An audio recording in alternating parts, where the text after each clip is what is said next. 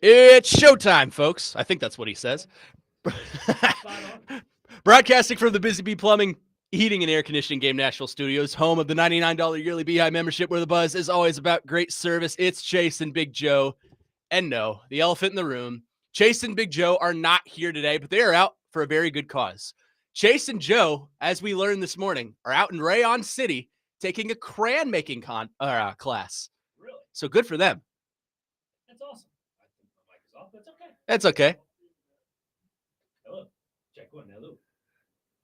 Not on. Okay. I think your mic's potted down, but I think so. There you go. All right. Yes. Yeah, they are in Rayon City. Yeah, they're in Rayon City taking a crayon making class today. So I'm glad they're making a difference in our community. 'Tis the season. Yeah. I hope they bring back some good crayons for us. Crayon and rayon, I guess, sort of rhyme. So Crayon, Rayon, yeah. Makes sense. Tomato, tomato. Yeah. So if anyone was wondering where Chase and Joe are there, Chase is taking a break from his cloud storage thing in New York City, and I guess they just wanted an escape today, so they're out making crayons. And also, there's not a lot of room on his wall anymore. And I think, go in his office. Space. Yeah. So, and then as for Joe, I mean, he's got plenty of those little collectives. So this is him decompressing as well. Yeah. I hope it goes well for them. But as for us, Connor Newton, Nick Frazier in for you today. God bless us, Nick Frazier, because for me, the last time is now. Christmas break has hit. I got one more semester, and then I'm out of here. And then I'm here pretty much every day. I would assume so. So welcome to the workforce. We'll see. I need to start registering for my 401k, but that is what's next in line for me.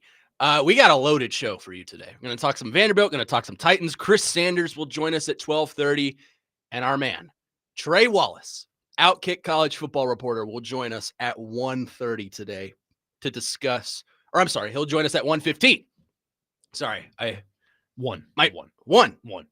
Oh, let's just keep going down. Yeah. He's going to join us right now, Trey Wallace. He will join us at 1 to talk about all the latest headlines in college football. But as for us, I mean, we're kind of just having some fun today. We're going to come up with a question of the day. We realized that was sponsored and probably need to come up with that, which is sponsored by Aries Tactical. Your safety, your skill, your Aries Tactical. Check them out at ariestactical.com. We'll come up with that eventually. But let's get into the Titans while we're at it and get this garbage out of the way so we can talk about real football.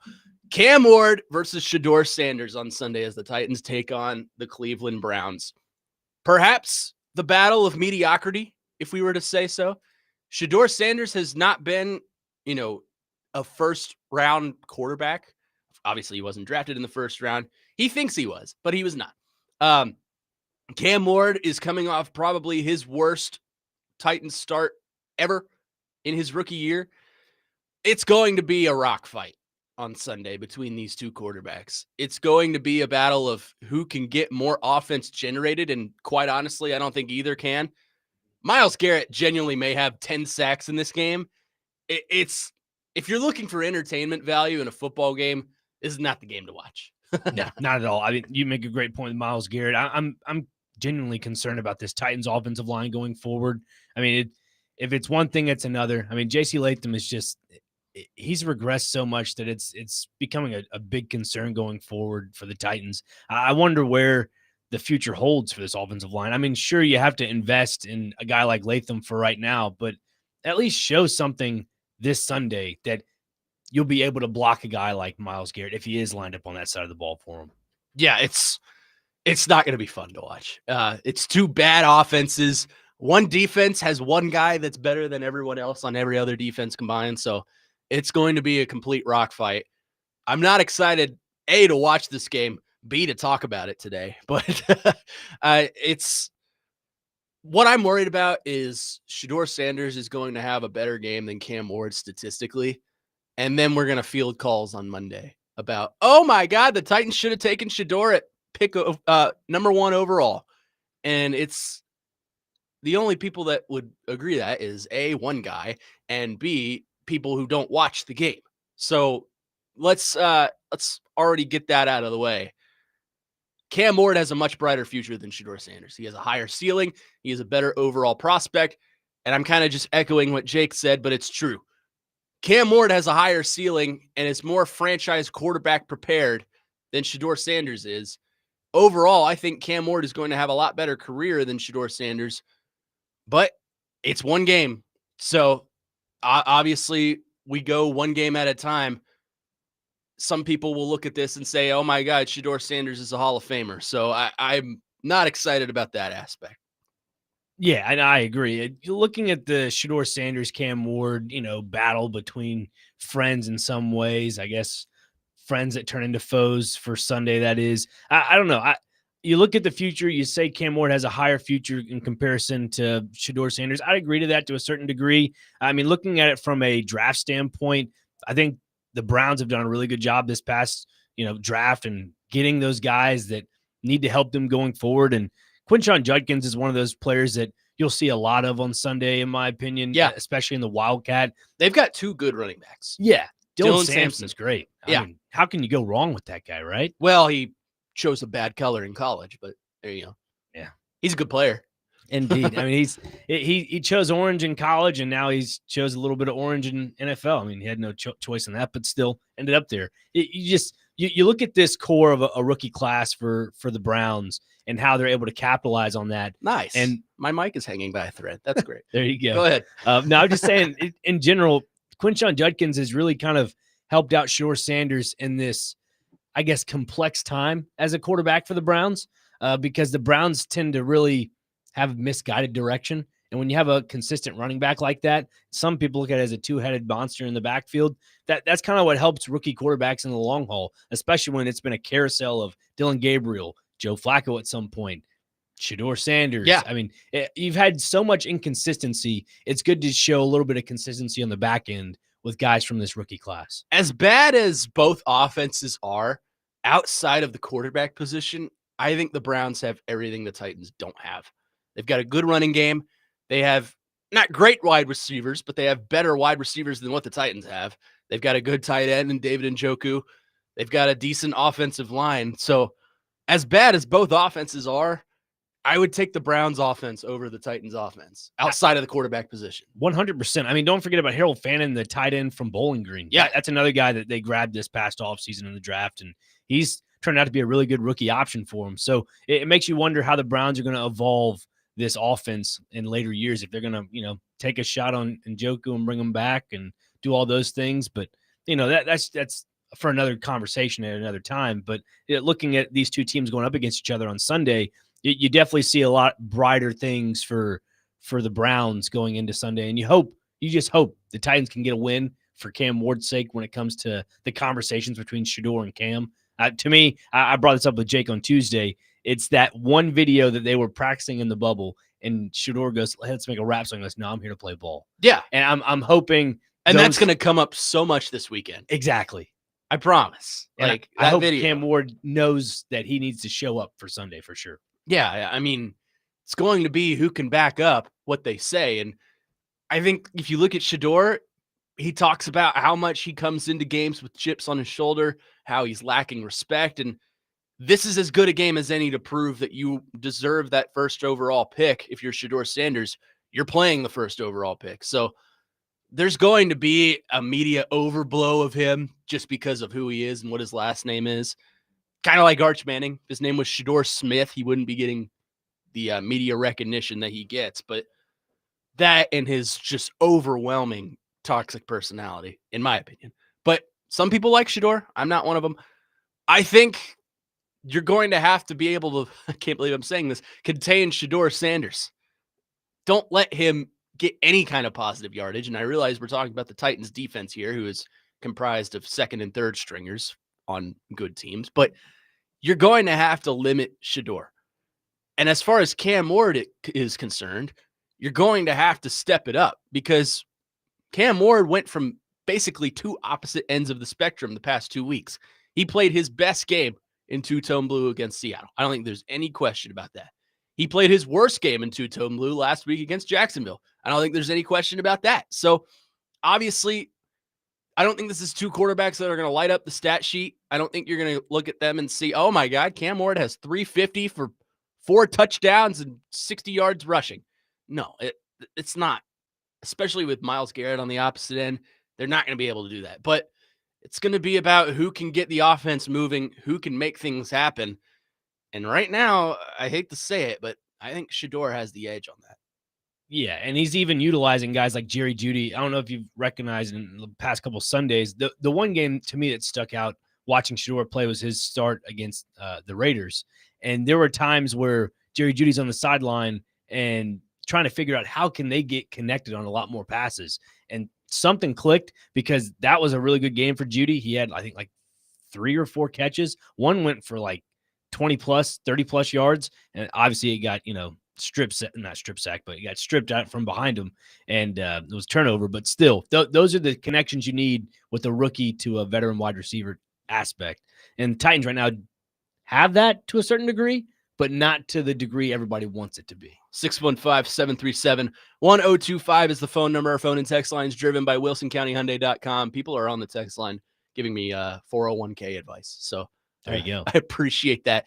Have you come up with a question of the day yet? Yeah, I think this is pretty good. Let's hear it. Yeah, Vanderbilt was in talks of getting a 13th game on their schedule this upcoming weekend.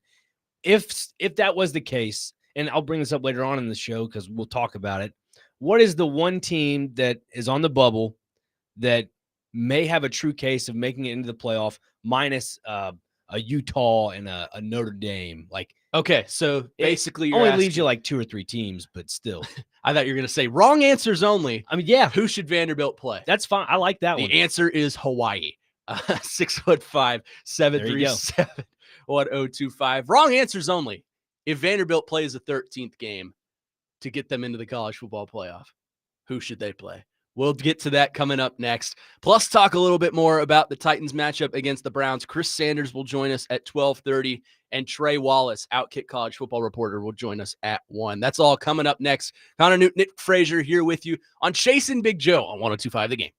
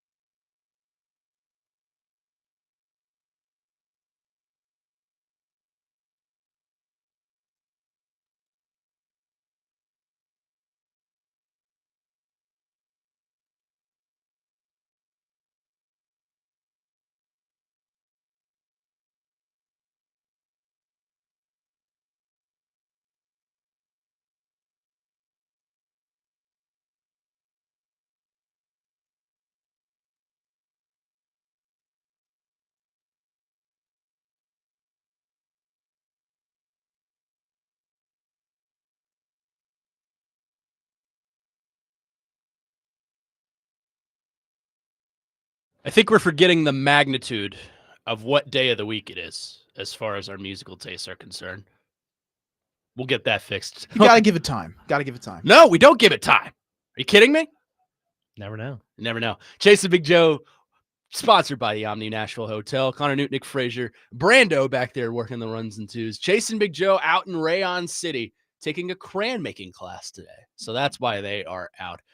We asked you our question of the day. Wrong answers only.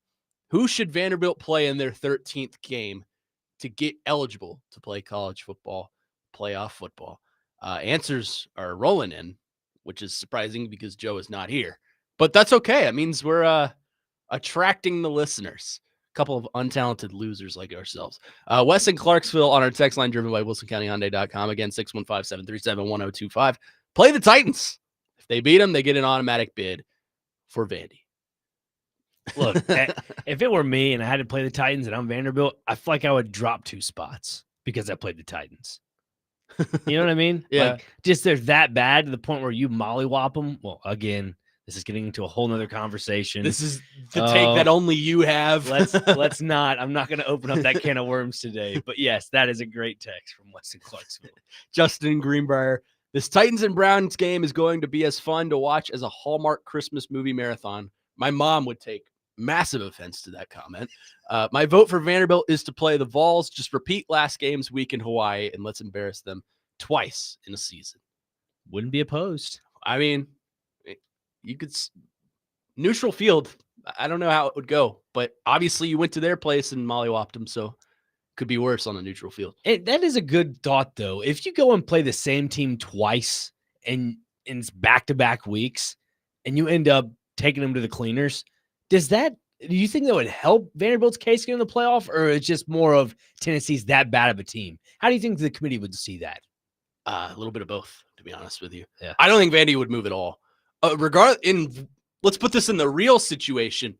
If Vandy were to play Miami or Utah on a neutral field, which I think they said has to be outside of U.S. grounds, so Alaska, Hawaii, or Puerto Rico, I still don't think it would do anything for them. Really? I don't think that beating a team on the bubble would get you out of the bubble because things in front of you have to happen. And we'll get into more of this later. But, assuming all the favorites in the conference championship this weekend win, that still keeps you out. Let's say Georgia wins the SEC. That does not work in your favor. Texas Tech beats BYU. That does not work in your favor. Ohio State beats Indiana. I don't think anyone in the Big Ten is going to help you out. But right. Notre Dame obviously isn't playing, so they're probably in. You've got more SEC teams with at-large bids like Ole Miss, and probably the winner of or the loser of the SEC championship is in. Oklahoma is in. Oregon out of the Big Ten is in with these at-large bids. I'm not sure that winning a game against teams outside of the college football playoff picture can really help you get you in. But that's just me. I'll save this for when we talk about this later. But there, to me, are 2 teams. One, I think we both can agree on, but there's an outlier that I think there's one that nobody would really think of. Texter raises an interesting question. Vandy creates another question. Was there ever a college team that could hang with a terrible NFL team? My answer is no, because of the simple argument of, let's take 2019 LSU, for example. How many NFL players were on that team? A good handful, right? 2019? Mm-hmm. Yeah, handful of them. How many NFL players are on an NFL team? There's 22. Well, 22? Well, 20. That's what I mean, like 11 on each side of the ball. But I get what you're saying. 53. Like 53, yeah. I don't know. I mean, maybe we could make the argument on an extreme case that LSU team could compete with like the 2008 Detroit Lions, but right. I don't seem to fall into that argument. Yeah, I made a strong case for it I'd say a month ago or so, maybe 3 weeks ago. And look, this Vandy team, I think at the time was hitting on all cylinders, clicking on all cylinders. The Titans team at the time was not looking great at all. Look, if Vanderbilt went up against Tennessee, I think that it'd be close. Maybe the first quarter, second quarter. Can I say that at least? I mean, maybe. I don't know. I know there are people out there thinking this dude's got to be on something, right? I feel that if this were a game to happen, and I don't want to get into this Yeah, debate neither again do with I. you. Neither do I. I'm good. But the line would be like Titans favored by 28.5 or something like that. I think my best example would be the Tennessee Tech versus Kentucky. Like, think of it that way. Yeah. They were undefeated at the time. Yeah, right? everyone was like, "Oh my God, Tennessee Tech's gonna upset," and then I told people all week, it's an FCS team competing with an SEC team. It's Right. not gonna be as pretty as it thinks. And it was what, like 50 something It to was 52-10. Yeah. And lo and behold, I was right. There you go. It's the small victories, Nick Frazier. It's the small victories. I don't know if I can read this, but I'm going to. Texter on the text line says, Hallmark movie is being nice. This game is going to be like a live leaks video with a warning on it. There you go. Yeah, definitely. I'm not going to get into detail what a live leaks video is, kids. Okay. The kids are in school anyway. They're not listening to this. Gotcha. Well, you're right. Wait. Some of them are out. They got a little winter advisories out there. That's true. Yeah, I saw that on the news today as I was leaving the house. There were a few of them that were winter advisories, 2 hours It late. was sleeting earlier. It was freezing rain yesterday. Yeah, it was. You gotta be kidding me. Yeah. Did not like that. No, I don't like sleet either. Yeah. I don't really like any of the snowy weather to me. I mean, if I'm inside of a house, then sure, but no, if I got to drive in it, I'll pass. Tim in Nashville. Guys, your high school teacher has to be crying. Alaska, Hawaii, and Puerto Rico are all U.S. territories. That's not me saying that. That's what the NCAA said. That's in the rule book. That's what it said. I'm just restating what they said. Thanks, Tim. Thank you, Tim. But yes, I understand that Alaska and Hawaii are both states in the United States, and Puerto Rico is a U.S. territory. I think it means the mainland, because technically Alaska is bordered with Canada. Mm-hmm. Hawaii is its own island, and so is Puerto Rico. So there you go. Let's see. 3, 4, 5, 7. 19 LSU versus today's Titans. Money on the Tigers. I mean, it's not a bad option. Look, I mean, if you go back and again, we're trying not to get into this conversation, but if you go back and look at some of those teams, like you mentioned, the 2019 LSU Tigers, you have two perennial wide receivers on that team, Justin Jefferson and Jamar Chase. And let's not forget, you got a running back in Clyde Edwards-Helaire, but also a quarterback in Joe Burrow. We'll see. B-Man says, have Vandy play Notre Dame and the winner is in. I think the committee would still find a way to put Notre Dame in.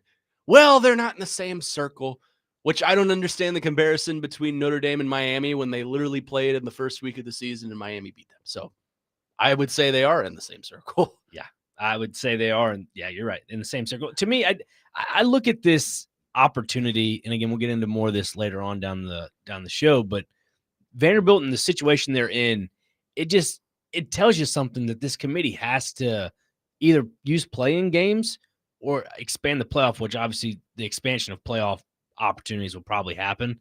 But I think you would grab more money from just doing play-in games, kind of like college basketball.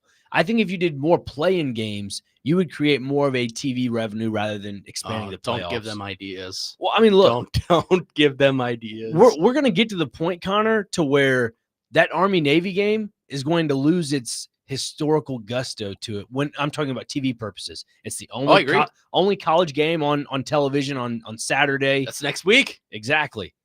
This playoff format, if they do a play-in game, more than likely will ruin that. Yeah, I would agree with you because they would put them on that week. Hey, tune into Army-Navy, and then afterwards you can watch Illinois and Iowa play for a spot in the college football playoff. Snooze.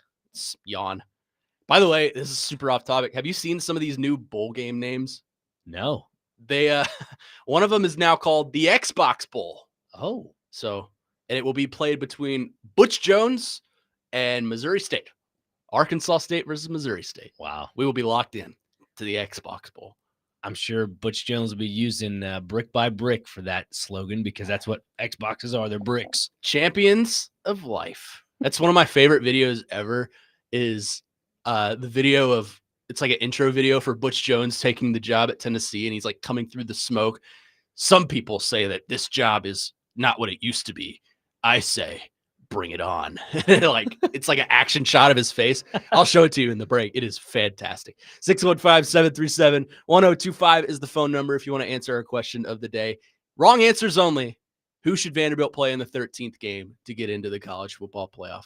We'll discuss more of that later on throughout the show. Coming up next, Forever Titans wide receiver Chris Sanders will join the program to discuss the Titans and the Browns matchup this Sunday. We got all that coming up next. DVD with Willie Donick, Derek Mason, and Adam Vingham will be broadcasting live at the all-new Circus Sportsbook, Kentucky, in the Mint Gaming Hall this Monday prior to the Monday Night Football game. Monday night's matchup is the Eagles against the Chargers. Well, that should be a fun one. Definitely keep your eye out for that. Chris Sanders coming up next right here on Chasing Big Joe, 102.5 The Game.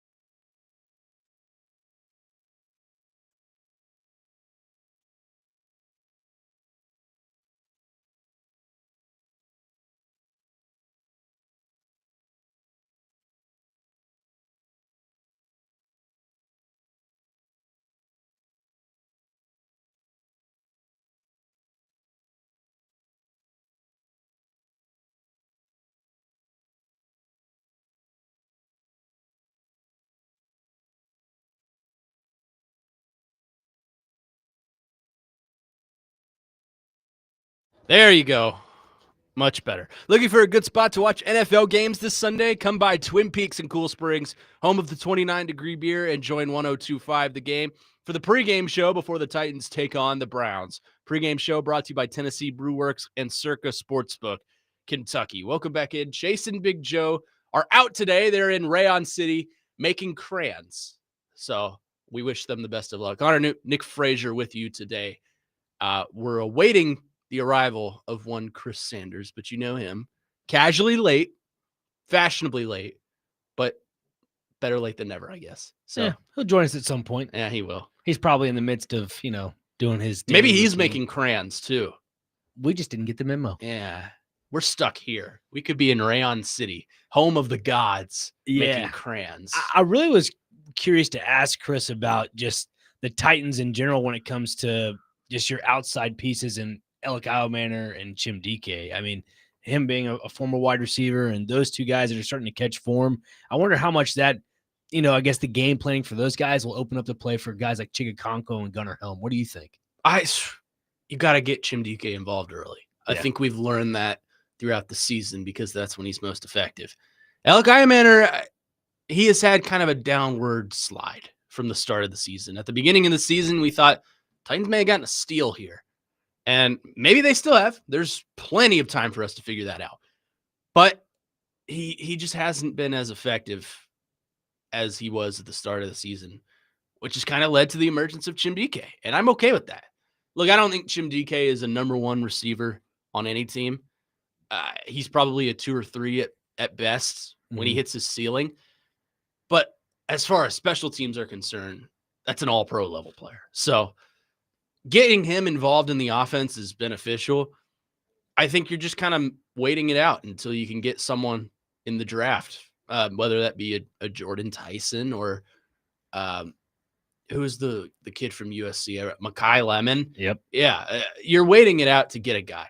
And now here he is. Forever Titans wide receiver Chris Sanders joins the program now. Uncle Chris, what's up? Champion, what is going on, man? How y'all doing today, man? I'm just sitting there at the hospital with my mom. Make sure she's doing all right. Oh, is everything okay? Yeah. Yeah, everything was good. Just her treatment that she's going through. So, yeah, I'm just chilling, man. And that's it. Just thank God for another day for my mom. That's it, brother. Of course. Well, we're sending prayers your way that everything goes Thank well. you, thank you. Let's let's talk a little football, shall we? It is the matchup everyone has been waiting to see. Cam Ward versus Shedeur Sanders. Oh, my gosh. What do you make of this battle of just two complete gods of the football field?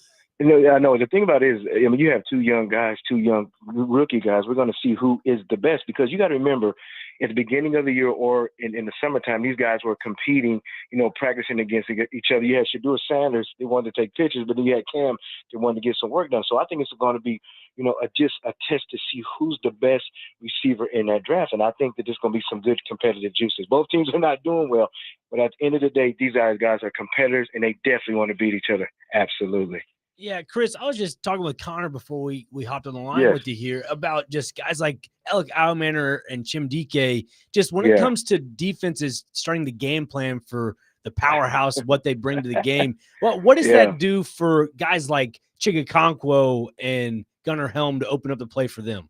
Yeah, I mean, it just makes your offense better. I mean, whoever thought at the beginning of the season that DK and Alec and these guys will be a prominent, in this offense. You had Ridley that was supposed to be the guy to take the top off the defense, but now you got DK that can run those crossing routes and take the top off the defense. And you got Alec who has a big body that can make those plays. So, it just opens it up for everybody. So now when those guys get double coverage, then you have Chig, you have Gunnar Helm that can definitely make some plays, out there. So it's interesting. I know everybody's kind of like, these are our guys, but those young guys are getting experience and those guys can play. And then for a guy like Chigakonko, kind of umbrella him into that question last. Well, how much do you have to see out of him? What the last 4 or 5 games of the season? Because it's a deciding factor for guys like Mike Borgonzi and company. Yeah, but see, the thing about it is Chig has to not play in spurts. He plays in spurts to where one game he has good and then the next game, he disappears. I don't know if that's the play they call. I don't know if they want to keep 2 tight ends to block, but he's got to show up on film to be like, okay, I need to see more. I know he makes plays, sometimes, but I need to see him make plays all the time because when you have that type of skill set coming out of Maryland, you want to be a guy that always shows up on film and then put danger actually in opposing defenses. And I just think he just plays in spurts. We need to be consistent and play football.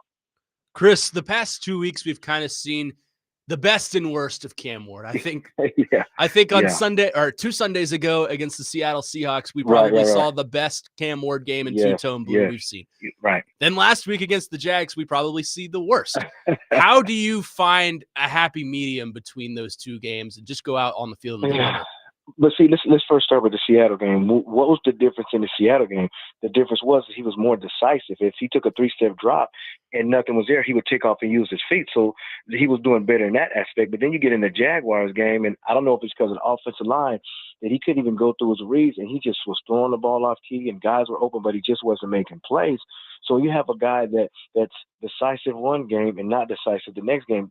The medium is you got to be a consistent player, because if you look at some of the great quarterbacks in the league that are playing well, like Drake May, he may not have the big numbers, but he's consistent each and every week, and that's what you want from your young rookie quarterback. I mean, there's some plays in there to where he throws the ball, you be like, man, but then on the next 3 plays, he's throwing the ball to way in the stands with a guy that's open. So he just got to be consistent. Let's focus on this game coming up next. I'll flip it over to the other side of the ball for the Browns, at least. They have maybe the most dynamic player on defense in the entire league in Myles Garrett, a guy that is just 4.5 sacks away from breaking the NFL record in sacks. If you're J.C. Latham and knowing the season that you've had this year and the guy that you're probably going to have to start blocking this week, what do you do? How do you build upon such a bad season and finally deliver? Listen, you better have what you're gonna have to do is you're gonna have to have another tight end over there to help Jason Latham. Because listen, I don't care how good an offensive tackle you are. When you got Myles Garrett that has 19 sacks already, he's a monster. He's wrecking shop, and he's one of those football players that you feel on the field. When I say feel on the field, he's always impacting every play. If it's a pass, it's a run, whatever it is, he's consistently there. So Jason Latham, he better have good technique. He better keep his head on the swivel. And then also, if I'm Bo Hardigree, the offensive coordinator for the Tennessee Titans, I'm going to make sure I have a tight end out there, go 12 personnel, and make sure there's a tight end to make sure he can block Myles Garrett. And sticking on the offensive side of the ball there, Chris, you look at this Titans run game, it's been lackluster in some aspects, but you look at a guy they draft this past year in Khalil Mullins. Should they start utilizing him in the run game a little bit? I mean, he's got fresh legs, definitely a stocky guy, but I mean, what do you do at that point? Do you attack it in that aspect, or do you still go back to the Tony Pollard, Tajay Spears combo? Yeah, but see, here's the thing with Pollard and Spears, it's not that they're doing bad. It's being 2nd and 15, 3rd and 25. When you have situations like that, you can't really run the football, because if you look at last week, look at the first drive of the Tennessee Titans. You had Pollard that ran off one for 17 and 15 and 13, but then in the second half, he has 4 yards. What's the reason behind that? Is because when you have a situation to where you try to pass it on first down, but then you're 2nd and 15, or you have a penalty and it's 2nd and 25, you can't run the ball. So I just think that they should stay with it, run the ball early, and stay out of 3rd and 2nd and long. That's how you get the running game going. And then when it comes to the conservative play calling from Mike McCoy, what has to change there? Is it just solely McCoy's decision, or just Cam has to get through to him saying, we just got to do this? Yeah, I mean, you have to do it, because if you look at the Titans, sometimes they're just really predictable. And the reason why they're predictable, we run on first down, then we throw on second, but then you try to change it up. And how can you change it up if you're 2nd and 20, 2nd and 15, because you had 3 false starts on one drive? So, I just think that with Bo Hardigree, he's got to get a feel of what he wants to do. I mean, do some play action, do some naked boots, do some, throw the ball downfield and just kind of loosen up the defense. But when you're 2nd and 15 and 3rd and 15, there's only so many things that you can do. So I just think they need to improve in that area. Chris Sanders is with us. Last one for you, Chris. We call you Forever Titans wide receiver, but you're also a forever Buckeye wide receiver. Man. The Buckeyes in action tomorrow night against the Indiana Hoosiers for the Big Ten championship. What is the vibe going into this? Come on, man. We about to beat the brakes off these dudes. Indiana, whoever thought the Hoosiers would win a Big Ten champ? Listen, I love the coach. I love what they're doing. They're playing with a lot of confidence. But do they understand that they're about to run into a buzzsaw? You got 2 big-time wide receivers. You got Jeremiah, you got, Tate, and then you got a monster defense with, I think his last name is Reese, and then you got, some other defensive backs. These guys are physical. It's going to be a long day for Indiana Hoosiers, because why? They got the best band in the land, but also they got the best wide receivers in the land, and also they got the best logo in the land. Let's go Bucks. He's Chris Sanders, forever Titans and Buckeyes wide receiver, joining Chase and Big Joe today. Chris, appreciate the time as always. Appreciate you, buddy. You have a good day. Yes, sir. You too. Chris Sanders joining the program. He's presented by Busy Bee Plumbing, Heating, and Air Conditioning. home of the $99 yearly BI membership, where the buzz is always about great service. We'll step aside, come back, react to what Uncle Chris had to say on the other side. Connor Newton, Nick Frazier, Brandon Bigsby here with you on Chasing Big Joe on 102.5 The Game.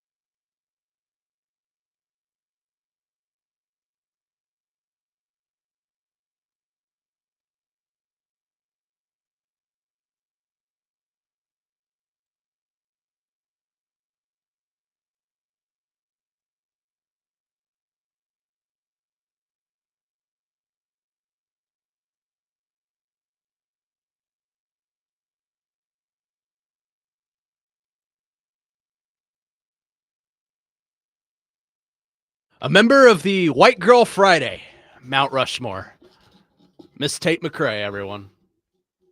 This is a very explicit song. Well, not explicit, but it's just it's charged. We'll say. Gotcha. Welcome back in, Chase and Big Joe. on this Friday. Chase and Big Joe out today. They're in Rayon City making crayons. So I hope they bring us back some goodies. This holiday season, 102.5 The Game is looking out for the kiddos. We want to donate a bunch of stuffed toys to the National Children's Alliance to be given to kids this holiday, but we cannot do it without you. Join us at a Dunkin' location near your neighborhood this week, or the week of December 8th through the 12th, to drop off a stuffed toy that a child will love. Find the Dunkin' locations that are participating at theGameNashville.com/toy. We also want to thank the Metro Nashville Police Department, the Catalano Group, the Bluemont Group, Family Leisure, Thompson Machinery, Richmar Florist, Right Time HVAC, and Real Dime.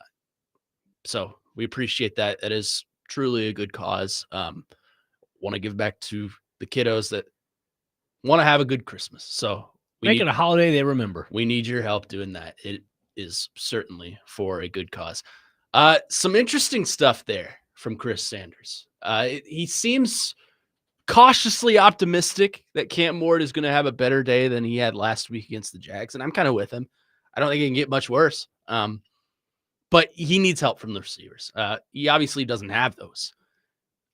Let's see. Alec Iomanner, as I mentioned, is trailing off. He hasn't had nearly as impactful a season as we thought he would at the start.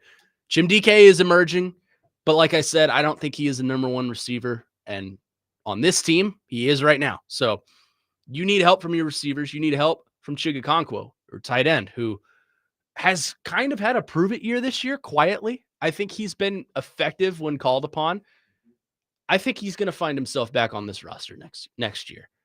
But you need help from all fronts on the offense. The run game, which has been pretty awful this year, needs to pitch in. It's going to be a battle, especially to contain Myles Garrett. So I would not pick the Titans to win this game.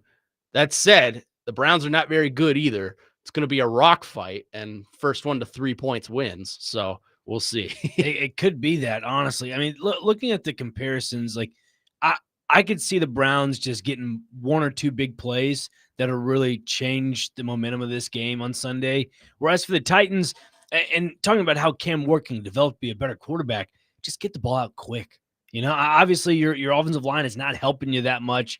You got Myles Garrett coming at you full guns a-blazing. Might as well just get He it may out get quick. 10 sacks. Yeah, he just might. Might as well get it out quick. I know they've been using Chimdike a lot in those little quick little passing scenarios type thing, but, you know, just incorporated something different, maybe a few jet sweeps or something I wouldn't say over the middle, that kind of gets your players hurt, but you just got to find those little pockets of space where you can just needle a ball through type thing. And that's something that we need to see out of Cam Ward going forward. Can I give you something super off topic, but Please. still perfect? Yes. They announced the College Game Day guest picker for Saturday. They're in Atlanta for Georgia, Alabama. Ernie Johnson of Inside the NBA. He's a Georgia alum. I didn't know that. Yeah, I know he's originally from Atlanta. Is that right? believe so. Because he lives in Atlanta. Three of the 4 hosts on that show are SDC guys. Okay. He's Georgia. Shaq's obviously LSU.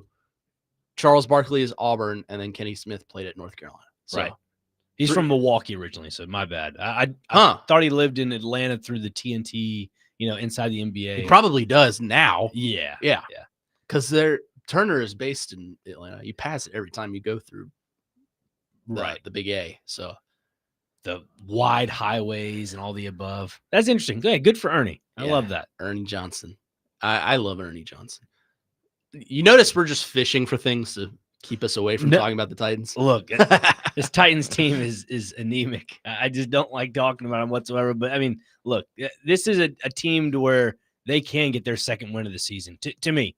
Like I agree. I think this is a game where if you can get the ball out quickly, I was just describing, maybe get it to guys like Chigakonkwo who are in a prove-it type scenario. And, again, you made the question earlier, and you posed the question, that is this a type of game where Chigakonkwo needs to prove it so he can earn a contract for next year? I think the Titans will sign him back because, and you even alluded to that as well, but they have to sign him back because of the depth. They just don't have the depth right now. They may not even sign him. They may tag him. That is true. Because who else on this roster is worth tagging? Not a lot of people. There's not a lot. So I full-heartedly believe he'll be back on the roster next year. But you're right. He's got to be effective in this one.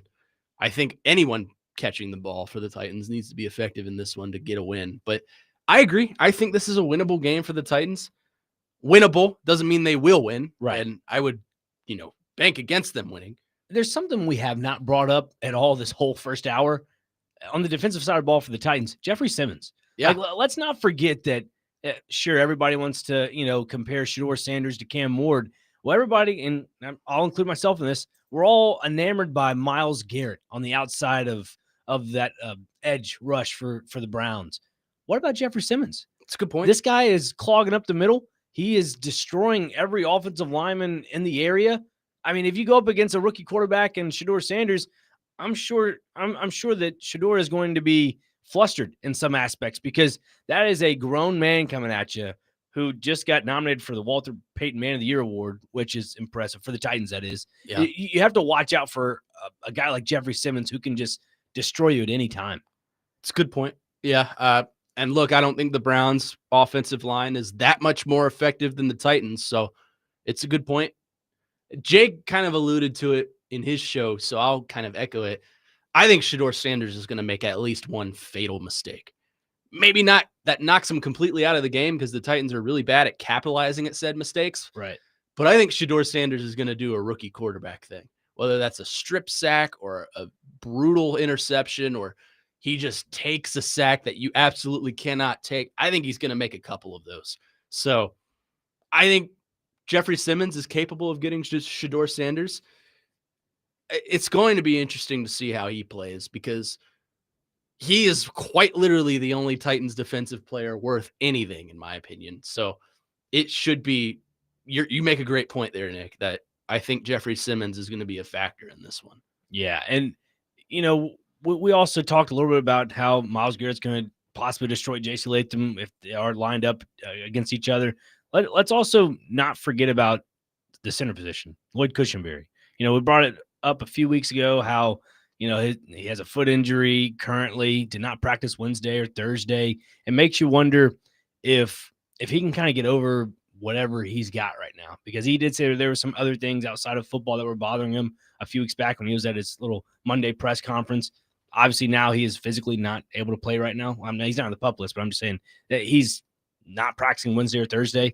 It makes you wonder, is there something lingering for this offensive line? Because when you don't have your technician at the center position, like how can you grow off that if you're a young lineman in J.C. Latham? I mean, sure, you're going through your techniques. That's about it. You have your kick step, all that. But when you don't have your core captain at the center position, it hurts you a little bit. So maybe that's a little bit of a factor when it comes for a guy like J.C. Latham, but that's something to keep in mind. Justin in Greenbrier says, y'all could talk about knitting and it would be more exciting than this Titans team. At least the Preds have turned things around to date. You could talk about them instead. Look, we're struggling. I mean, I didn't want to go cold turkey and just not put Titans in this show whatsoever. We know everybody loves listening. Plus, we had Chris coming on. So I was like, let's just get it out of the way. Then we can talk about college football the rest of the time, which everyone clearly wants to hear more about. Mm-hmm. The Preds, to his point, big win last night. Overtime win over the Florida Panthers. Back-to-back defending Cup champion Florida Panthers in overtime.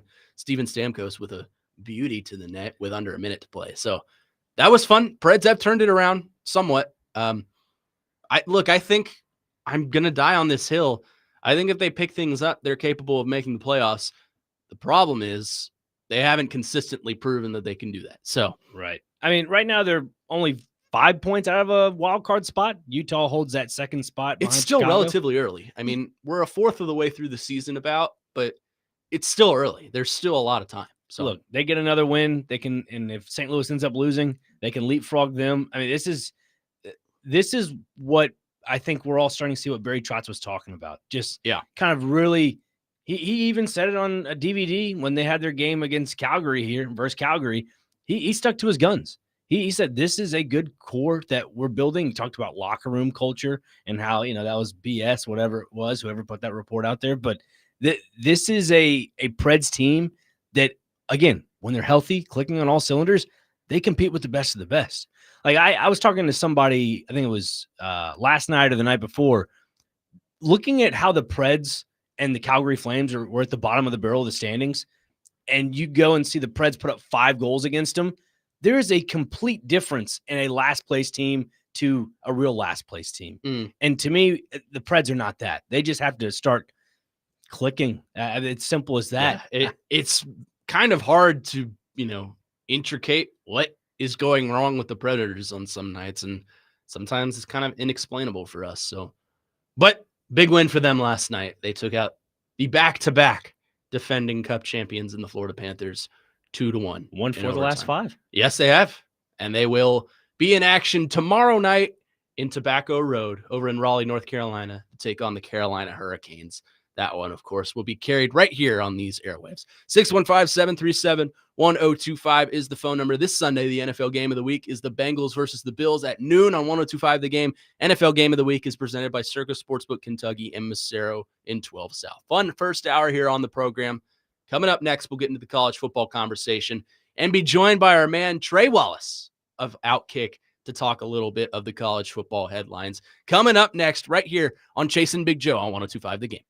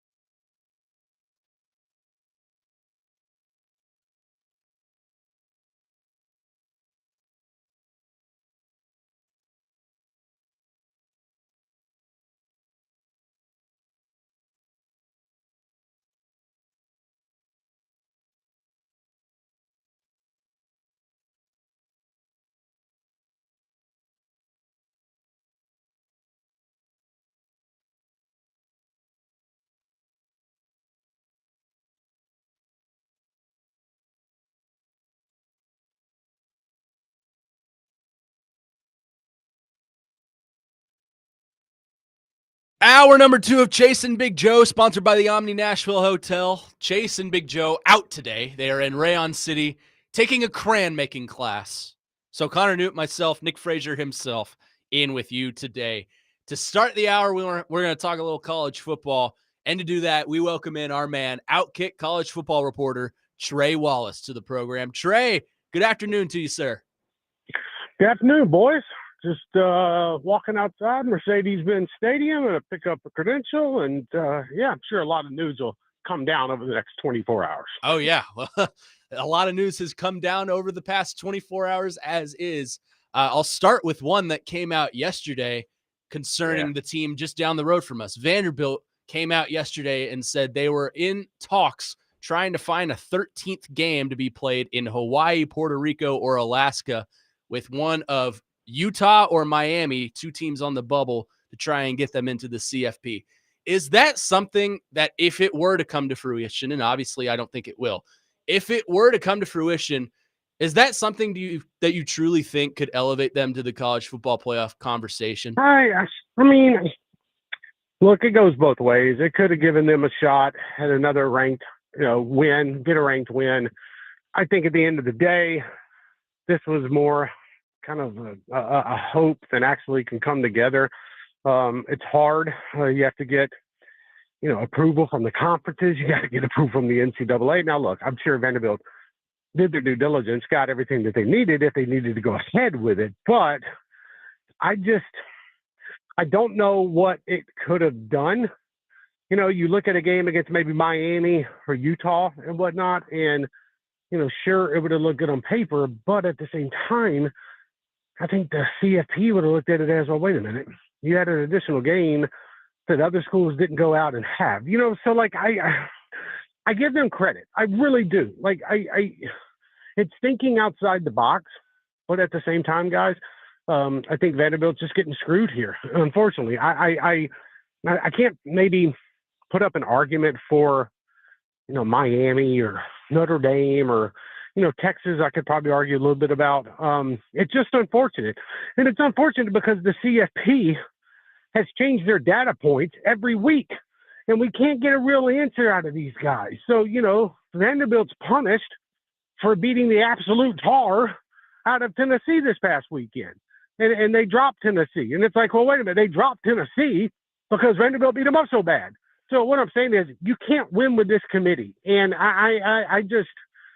I'm lost for words when it comes to their teleconferences, when it comes to their explanations, because I think all of this has just been a crock. And I could probably add a phrase at the end of that to make it sound better, but we're on radio.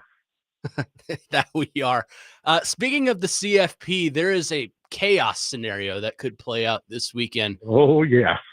Let's say Duke goes in, beats Virginia in the ACC championship, and JMU beats Troy tonight to win the Sun Belt. That would mean the ACC could be completely left out of the college football playoff. Is that something that the ACC is going to, take it to the courts if that happens? This is where it gets real interesting because the other chaos factor, too, I'm going to add to it.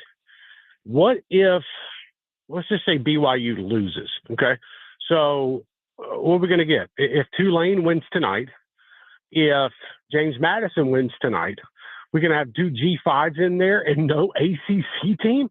Like, this could get chaotic. And now, look, I don't have any sympathy for the ACC, when it pertains to a 7-5 football team potentially making the playoff. I'm sorry. It's not as if these losses were to, Ohio State, Texas, or, Notre Dame. You know what I'm saying? It's like, so I'm having a hard time coming to grips with the ACC not having a spot. I think Jim Phillips, the commissioner of the conference, would absolutely lose his ever-living mind. The court situation,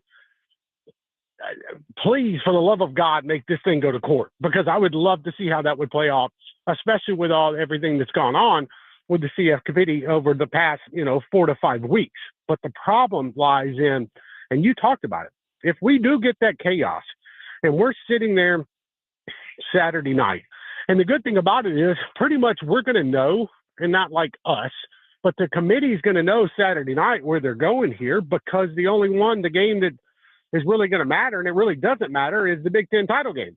Because whoever loses out of Ohio State and Indiana, well, they're not dropping out of the top four. So we're in for, I think, what could turn out to be one of the wildest Saturdays. And I'm not talking about for the games. I'm talking about just for the implications, period. If this thing comes to fruition and we're sitting here Sunday afternoon, and I think the show starts at 11 and goes on for like 9 hours. So we're probably sitting there at noon and we're wondering, okay, why is the ACC out? And if that's the case, man, I'm just telling you, it's going to be chaotic, especially if it's how things, I think, line up with James Madison and Tulane getting those spots in over an ACC school, who, by the way, just had the court cases with Clemson and Florida State and these others dropped a few months ago because they found a different way to be bigger and badder and find different revenue. This whole thing is just wild, but I will say, hey, man, this is what the the ACC has done to itself, and we're going to see how it plays out. Yeah, adding more gasoline to this conversation about college football's craziness, getting to Lane Kiffin and also to the college football playoff and whatnot. It's said in the rule book that, if a coach or a player leaves a program, that team could possibly be penalized in some form or fashion. You look at Ole Miss, say the craziness does happen, say Duke ends up winning the ACC championship, say you get 2 G5 schools in there. What does that do for a team like Ole Miss? Because I feel like you got to do something to them, right? Yeah. You're not going to here's the economics of it from my standpoint, and talking with folks in Oxford last weekend as I staked out Lane Kiffin's airplane. Yeah, that's going to be a $60 million hit to the city of Oxford when it comes to them not hosting a playoff game. Now, here's what could happen, and I'm just going to throw a hypothetical. They could say, okay, look, we're going to drop them a little bit, but at the same time, we're going to still allow them to host a playoff game. Like, that's what I could see happening if we have a little bit of chaos this weekend. I don't think they should penalize Ole Miss in a sense of, I've seen what these players can do. They got Charlie Weiss back. He's going to be calling the offense. I get not having Lane Kiffin. That's not lost on me. But at the same time, Lane Kiffin wasn't out there on the field, taking hits at the 20-yard line and dropping dimes from Trinidad Chambliss. You would be making a very big statement. And the problem is, this is only the beginning, guys. This is going to happen down the road again, especially when we get to 48 teams in the playoff. I'm joking. We're probably going to get to 16 to 24, but this is just the first time. So with Ole Miss, they deserve to be in. They deserve to host a playoff game. The committee saw it as, hey, we're going to even move them up a spot. So how much can you really do? I'm just curious to see what they finally think on Sunday. But to be honest with you, I think we got their final answer this past week when they kept them at 6.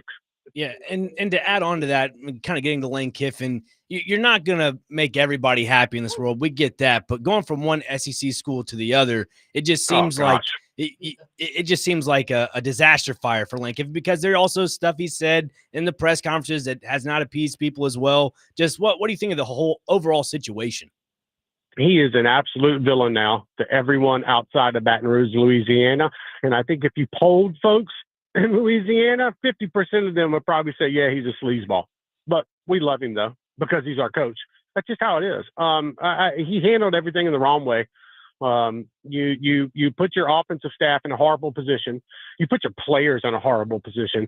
You tried to go up in that press conference on Monday and you try to spew what you thought were facts, but they really weren't facts. The players in the leadership council, he didn't have a team meeting, by the way. Like, he kept mentioning he met with the players on Sunday. He didn't meet with the whole team. He met with 6 guys on the leadership council, and they pretty much told him, according to my sources, to kick rocks. So I think we're in a spot right now where Lane Kiffin is going to be, I'm trying to be kind with my words here, the most talked about villain in college sports until we get the SEC spring meetings and this thing kind of blows over. He's going to answer some questions. We're going to get the media days in July again. And then we're all going to look forward to that trip to Oxford in September, which I think is going to be announced next week. I think that game will be the first SEC game between both squads, which is going to be fantastic. I wish I could go ahead and just put my credential request in right now for that one. But here we are. And Lane Kiffin just didn't help himself, man. Like, this And by the way, like when Keith Carter released that statement on that Friday, so I guess it was 2 weeks ago, Lane Kiffin had already verbally agreed to be the LSU coach. So he brought all of this on himself. He's going to be on College game day Saturday. You know how that's going to go down. You know, Nick Saban is already out here today on the Pat McAfee show talking about how, well, I have to be a friend. You know, this is somebody that did good by me. I'm going to take care of them in the long run. Like, this has just gotten out of control. But unfortunately, it's not going to be the last time it happens. Talking to Trey Wallace, college football reporter for Outkick. Trey, the coaching search nightmare for Penn State has come to an end. It came out earlier today. Finally, that they have hired Iowa State head coach Matt Campbell to be the next head coach of the Nittany Lions. When you look at kind of the situation that went on in Penn State, they obviously fired James Franklin for not being able to win the big one. Is Matt Campbell that much of an upgrade from James Franklin? Matt Campbell has always been a hot commodity because of how he's done it at Iowa State. He is a top tier coach. I think also at the end of the day, he's somebody that can build a program and lead it. He is loyal to a fault at times. He has not taken on other jobs. And I think also at the same time, when you look at what Penn State needs, you've seen Penn State strike out so many times in the past. And now that we look at it, I think that we're at a standpoint. We're at a standpoint right now where Penn State had to make a move. And you saw when they struck out on Matt Rule. You saw when they struck out on Elko, Signetti, Jeff Brom. Even this week, it just got really bad. And when Kalani Sitake ended up not taking that job too, it kind of changed the whole landscape.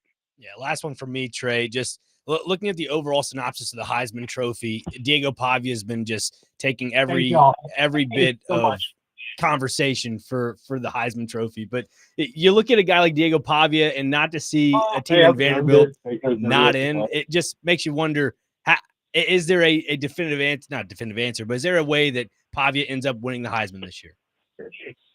I'll be honest with you. I think Diego Pavia should.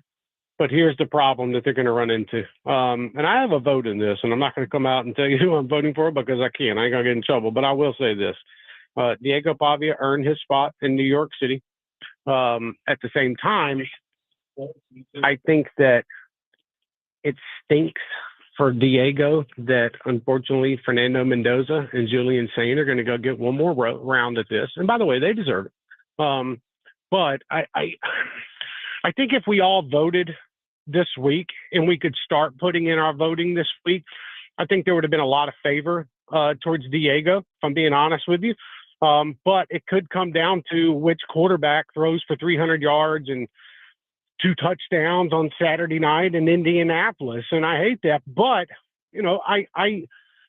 I do think what he has done, man, he's going to get a spot there. Good luck to the NYPD up there because his family's coming. I think they got to make a stop in Knoxville for a court appearance next week.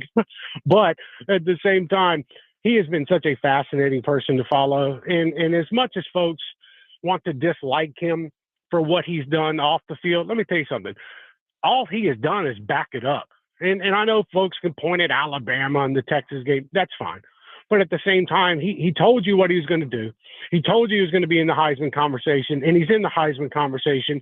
He's got Vanderbilt, and obviously the whole Vanderbilt team contributes to this. But what I am saying is that he's got Vanderbilt in the national championship conversation. I know where they're sitting right now, but we're still talking about them with the CFP. So overall, I love me some Diego. I'm not going to lie. I think he's been great for college football. I wish he could play another year, but it seems like Vanderbilt's got their future pretty much lined up with Jared Curtis. And I think he's got a chance to win it. I think if folks go back, and Vanderbilt's done a really great job of putting a press when it comes to the media. If folks go back and watch that Tennessee game last week and see what he did to them starting in the second quarter and going on, and especially in that middle 8, that young man deserves the Heisman Trophy, in my opinion. So I think a lot of folks, even though they don't like him around the SEC, but a lot of folks are going to be hoping this is a defensive battle on Saturday night between Ohio State and Indiana. And then at the end of the day, maybe Diego is the one holding up the trophy at the end of the year. He's Trey Wallace, college football reporter for Outkick. Trey, always a pleasure. Appreciate the time. Big weekend of college football this weekend, so hope you enjoy it. We'll talk to you soon. It's gonna be fun, boys. We start tonight. We got some G5 games tonight. That should be exciting. And sorry for sounding a little bit like I'm shivering, but for some reason it's 34 degrees in Atlanta today. So I appreciate it. We appreciate it, Trey. We'll see you next time. Trey Wallace. See you, Trey. Trey Wallace of Outkick. Always a blast to have that guy on. We'll come back, react to some of what he had to say because, boy, it was a lot. We'll do that coming up next here on the Chase and Big Joe Show on 102.5 The Game.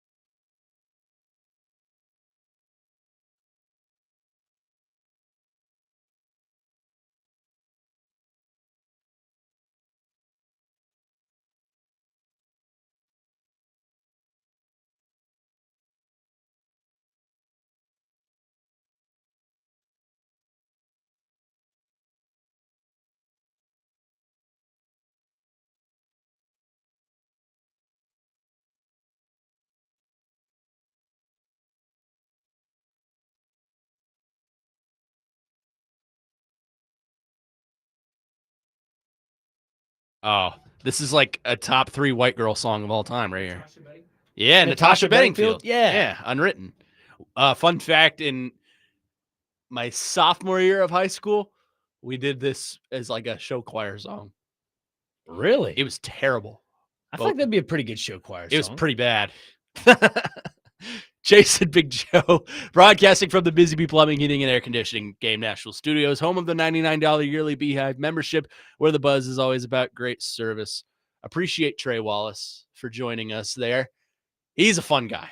Like, I still have more to ask him. He's just a college football encyclopedia. And I always come away feeling empty-handed because he gives us so much information, and there's like, well, tell me more. I know. He was telling a lot of people what he was doing on the phone when he was, going up to the press box. Hey, how you doing? Hey, how you doing? No, look, I took a big thing about how he was talking about Vandy in that 13th game, and then he mentioned a team that I was going to tease, and I think now's the time to do it. A team in Texas. Clark Lee went on, I think, with Hutton and Withrow earlier on Hot Mic, I think earlier in the week, and mentioned, anywhere we'll put a football in the parking lot and we'll play football. That's Clark Lee. Yeah. Then And I respect it. Exactly. Then you hear a guy in Steve Sarkisian, we're the best 3-loss team after beating A&M. We're the best 3-loss team out there in the nation. Well, we belong in this playoff. Well, look, if you belong in the playoff, I think it'd be perfect. Perfect for Clark Lee, perfect for Steve Sarkisian, perfect for the committee. And guess what? The one thing that Trey Wallace mentioned, yeah, Vanderbilt and Clark Lee were definitely fielding calls and finding how they can get another conference to abide by that. Yeah. This is the same conference, the SEC, Texas, Vandy. Go to Hawaii. Just charter a plane. You're both on it. Save some cost if you want. The only person you got to appease is Greg Sankey. And I'm sure Greg Sankey's thinking, look, if this creates more money to the television, they already have a contract. SEC already has a contract with ESPN. Might as well just go out to Hawaii and get it done. I think this would be a great option for a 13th game for Vanderbilt. And look, maybe it's not this weekend.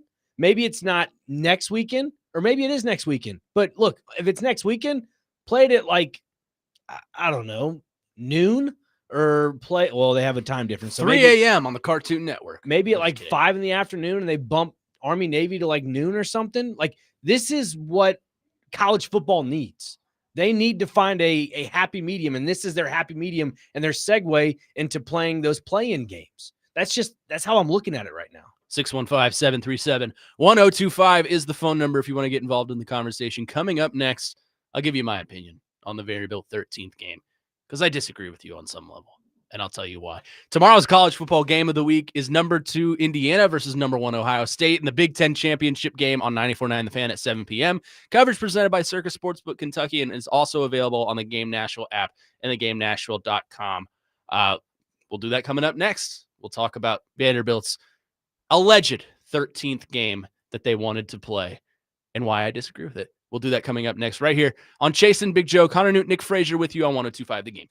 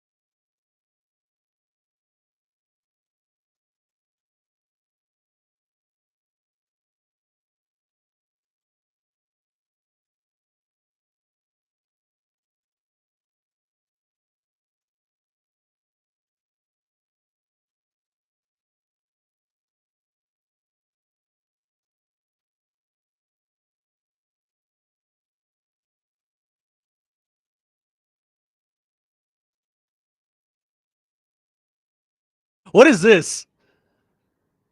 Victorious. You don't remember that? Oh song? yeah, this is Victoria. Oh I yeah, was about to say Lady Gaga. it does sound very Lady Gaga. Yeah. But I do remember this. This was a good episode.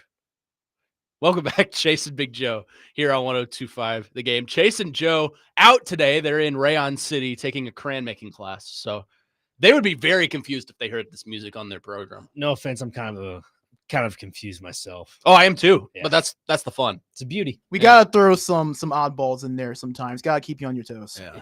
All the girls my age are bumping because that's what they watched. Bumping. And then played horses at recess. Or I'm sorry, they played cheetahs at recess. Cheers. Yeah. Give me a stick and a couple branches. We're good. I mean, that's what we did. We were out Yeah. beating each other with sticks at recess, and these girls were, Playing baseball, let's put it that way. yeah. I mean, give us a ball, we'd find something to do with it. So You know who is just giving them a ball and trying to figure it out? Vandy. Clark Lee, Yep. Vanderbilt allegedly wanted to play a 13th game against one of Miami or Utah to help boost their CFP resume and try and get into the college football playoff. I disagree with it.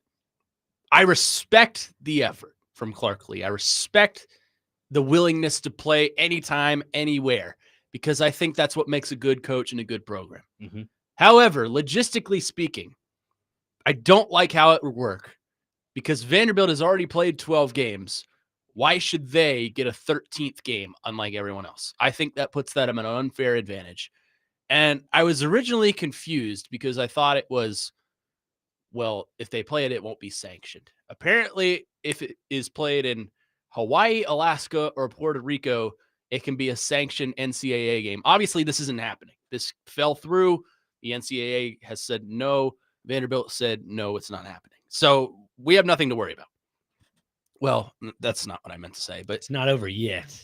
It's not over yet. I'm just saying if we're going off hypotheticals here, and let's say Vanderbilt was able to play this. I don't like the logistics that they've already had 12 games to prove it, just like everyone else. And then because they, for lack of a better term, complained enough, they get a 13th game. I'm not saying they're complaining. I'm just saying Stating their case. Stating their case. There you Thank you. That's a nicer way of saying that. The other thing is, let's say they do play a team on the bubble, like Miami, like Utah, and they win. What does that actually do for you getting you into the college football playoff? That's why I asked Trey about that, because I was curious. If you beat a team already in the playoff picture, sure. Like if you were to beat, like you said, Texas is on the bubble, but let's say they play A&M and they beat A&M. Yeah, throw them in. But if you're playing another team on the bubble that's also probably not going to make it, I don't understand what beating them accomplishes. It would probably just put you higher on the outside looking in than actually in. You would be Miami in that first team out. Yeah, I look at it this way. The committee is definitely holding the 2 losses for Alabama against them. Obviously, they're 10-2, but one of those 2 losses was against a team in Texas. That game was a blowout by halftime, but Vanderbilt made it a game. They almost recovered the onside kick in the second half, the last dying seconds of the game, that is. And they made it, a 3-point game, 34-31, is that right? Yeah. And you look at that and you think, man, on paper in the box score, Vandy gave them a run for their money. In reality, not so much. But the reason why I mentioned Texas as that team they need to play in Hawaii is because the committee this past Tuesday said, well, if we bump Texas up 3 spots, that's essentially a roadblock for Vanderbilt, saying they can't go any higher in those rankings. That's how I look at that.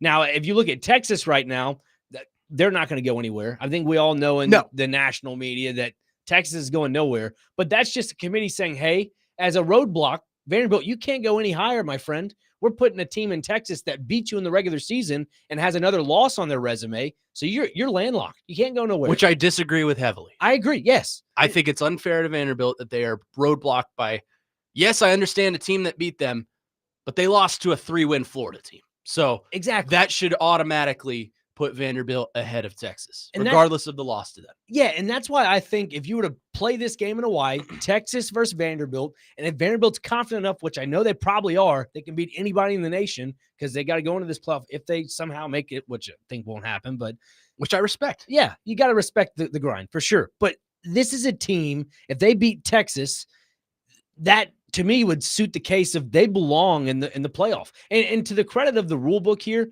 that 13th game, you could have put that at the beginning of your schedule.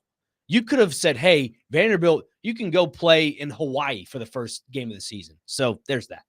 You know, it's interesting too, if you don't mind me chiming in here. A couple of weeks ago, it might have been the second to third or second to last reveal show for the selection rankings. Reese Davis said something interesting that Vanderbilt had been ceilinged. I think that he honestly leaked the script then, and that was even prior to when Miami had jumped Vanderbilt when they were 13. He said that Vanderbilt was ceiling from that point forward. I think that right there kind of showed you probably where things were headed for this team. And honestly, I think even if Vanderbilt were 11-1, you could have the conversation that they're where BYU is right now on the outside looking in, and they wouldn't have the benefit of playing in a conference title. Vanderbilt might have had to have gone 12-0 to genuinely have a shot at it. I think you could actually make that argument. I think that's fair. I don't think Vanderbilt was screwed per se, like a lot of Vanderbilt fans are saying, and a lot of people. Trey said Vanderbilt was screwed. I don't necessarily agree with that notion, and I'll tell you why coming up next. But quickly, let's go to our phone lines driven by WilsonCountyHyundai.com. Welcome in our good buddy, Kenny the Mailman. Kenny, good afternoon. Go ahead. Hello, good friends. I was responding to something you said a little bit earlier. Is that okay? Absolutely. Listen, sometimes it's good to have an old guy around. I think y'all are in your 20s, right? Yes, sir. Okay. So it's almost like story time with Papa Kenny. Y'all mentioned Ernie Johnson Jr., and y'all were sort of confused about his connection with Atlanta, right? Yes. Okay. Ernie Johnson Sr. pitched for the Milwaukee Braves and then became the longtime announcer for the Atlanta Braves, probably 40 years. And I mean, he was excellent. This was before TBS, where all across the Southeast, Atlanta had radio.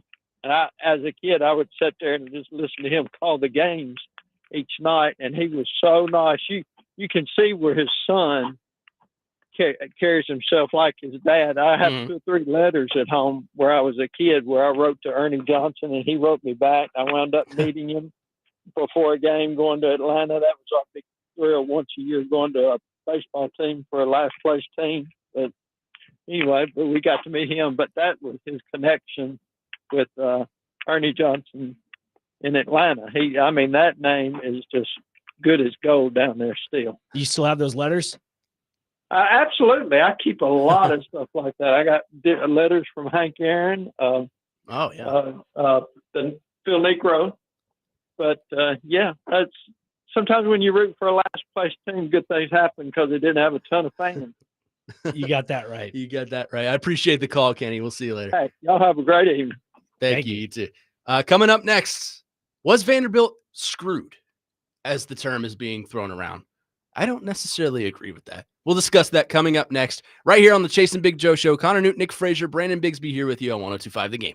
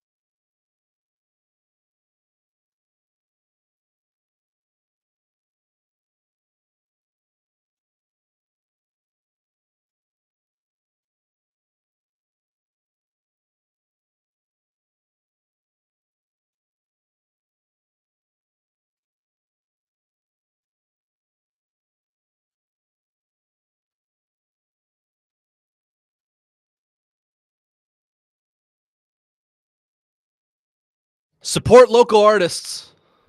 Paramore. Haley Williams is from Franklin. So support local artists. I love me some Paramore. That's good stuff. That's good stuff. Welcome back, Chase and Big Joe. Connor Newt, Nick Frazier in with you today. Chase and Joe out in Rayon City taking a crayon making class. I wonder what color they picked. Because I hear you only get one. It's like making in Disney World, they let you make the lightsaber or whatever. Mm-hmm. I think it's the same thing for crayon making. So I wonder what color they come back. What color would you guys pick? I'm curious. You already know what color I'd pick. What is that? Tan. Tan? Like khaki Is it red? tan? No. I Hi, would, David. I would go like a bright red. Yeah. I think that's the best way to do it. I would make the white crayon. White crayon. Yeah. Yeah. Because it's completely useless. Yeah. Just like the Titans. All right. That's Yeah, the last, just like the Titans. Last Yeah. comment I'll make. Yeah, Sorry that's the about last comment you'll hear about the Titans today. We were talking about Vanderbilt and the college football playoff scenario. There's a narrative being put out there by Vanderbilt fans and some media and even non-Vandy fans that Vanderbilt was completely and utterly screwed. I don't necessarily agree with that sentiment. I think it sucks that they were not in.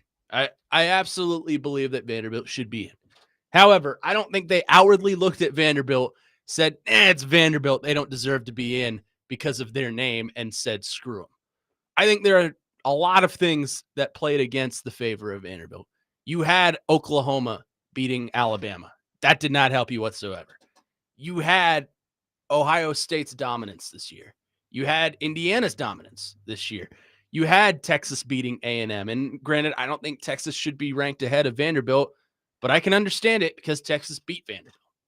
You just had a lot of things that played in against Vanderbilt's favor that took place ahead of you in the rankings that I can understand the reasoning as to why Vanderbilt is not ranked. Now, there's one team that everyone points to and says they should not be in over Vanderbilt, and that's Notre Dame. Mm-hmm. I agree. Notre Dame should not be in. However, I don't think it should be Vanderbilt replacing them. I think it should be the team that actually beat Notre Dame replacing them. And that comes out of the ACC, and that's the U, Miami. That's where I think this whole, Vanderbilt should play a team in the bubble like Miami or Utah comes into play.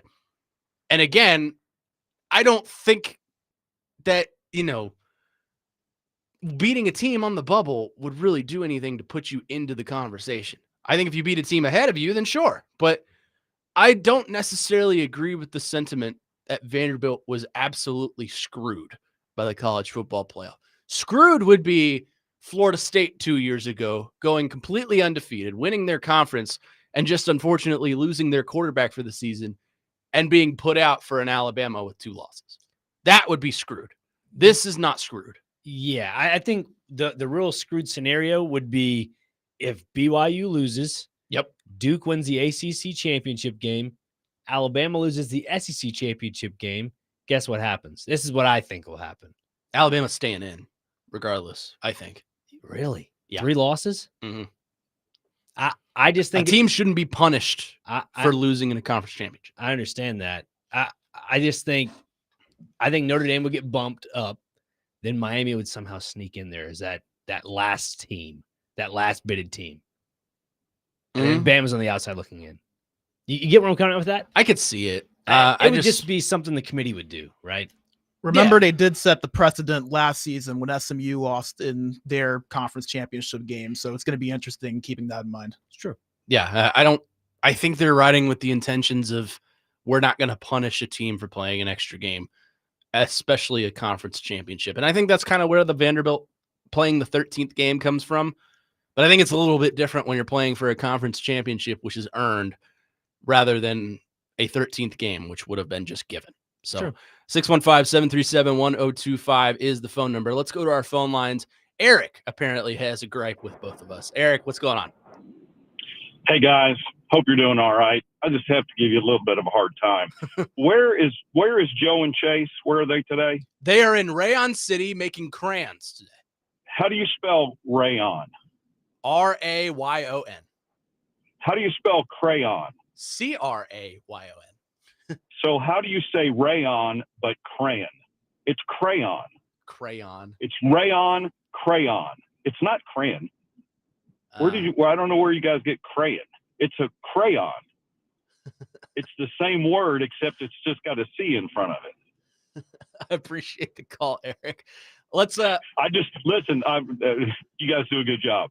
Just wanted to give you a hard time about that. no, Hey, I appreciate I it. appreciate it, and I get it. I guess it's just the Southern mentality that comes out in me. I don't really understand why I say it, but he's right. It's crayon, but crayon's more fun to say. Yeah, it's just a quicker, like, direct way to say it, I guess. I mean, when you were little, when your mom said, "Do you want to draw a picture?" Did you draw it with crayons or crayons? I will say crayons were said in my house. My dad's a Southern man. Although I do come from, I'm contradicting myself.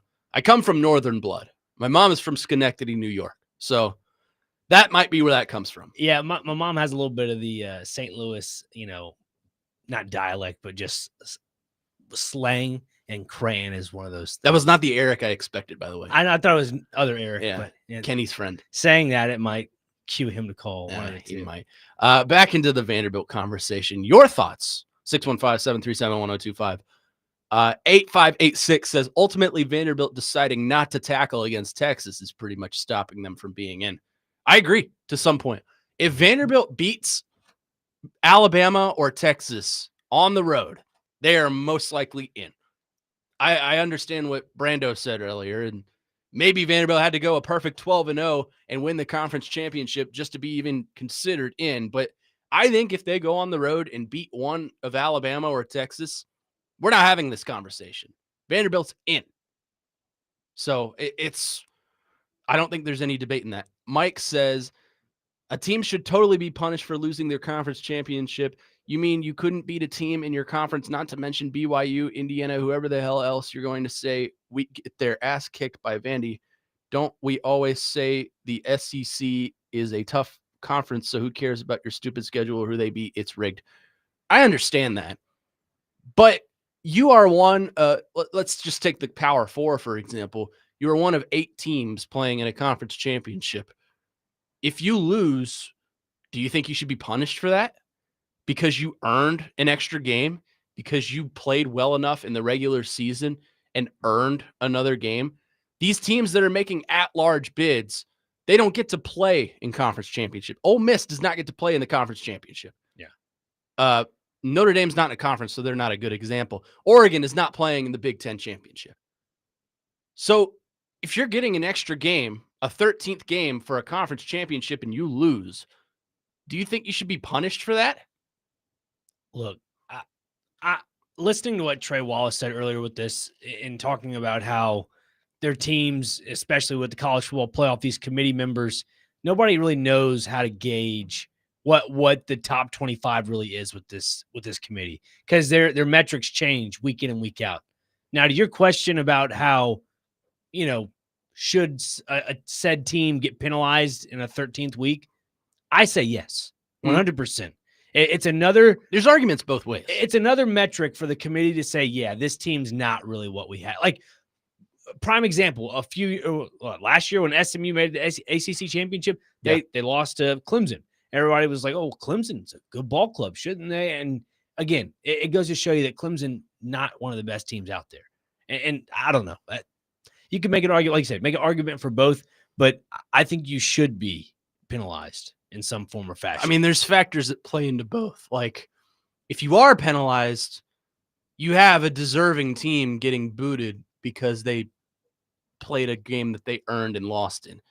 If you're not penalized, maybe an undeserving team gets in. Like, for instance, let's take the Big Ten championship this week. Ohio State and Indiana, by far, on paper, the 2 best teams in the country playing for a Big Ten title. Undefeated, yep. If Indiana loses or even Ohio State loses, they're going to be punished on some level, but not to the level where they lose a top 4 seed. It's not going to happen. A 1-loss team is going to be in the top 4. Yeah. It's just how it works. But I don't, it's such a difficult conversation, but I'm standing by. If a team earns a conference championship appearance, I think that should just be added to their resume, not taken away, if that makes sense. Yeah, I see. No, I'm just going to be on the other side of the fence on this one. Look, if, say, Ohio State wins the Big Ten championship game Indiana loses by 20, 30 points. You're saying they should stay in the top 4. For me, I think they should be booted out of the top 4 and be like where Texas A&M is or Ole Miss at 6 or 7.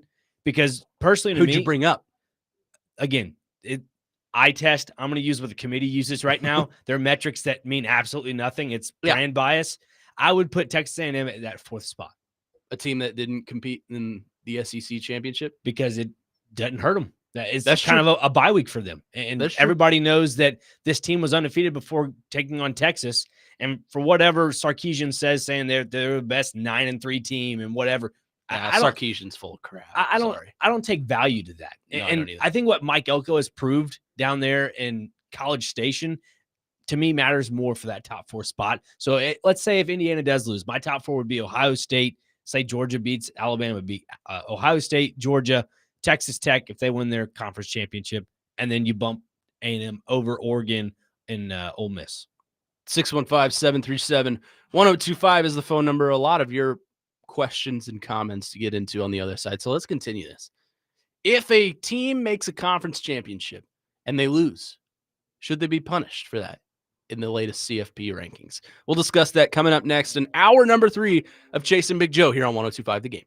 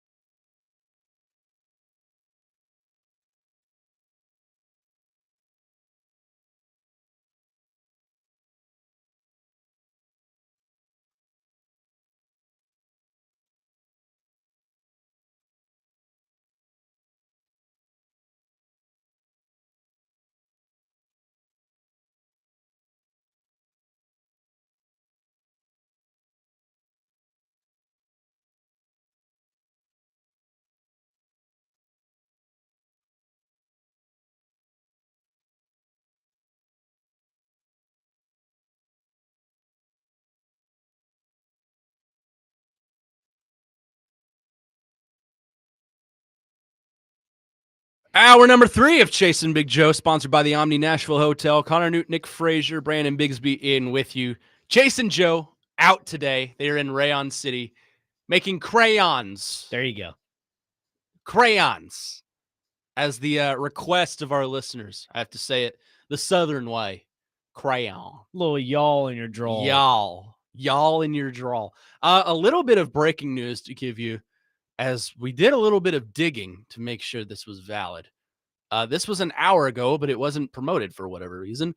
Diego Pavia has claimed the Johnny Unitas Golden Arm Award, which is given to the top senior quarterback in the nation, and they excel in the classroom and in the community. I'm not sure Diego Pavia is in the classroom, but whatever.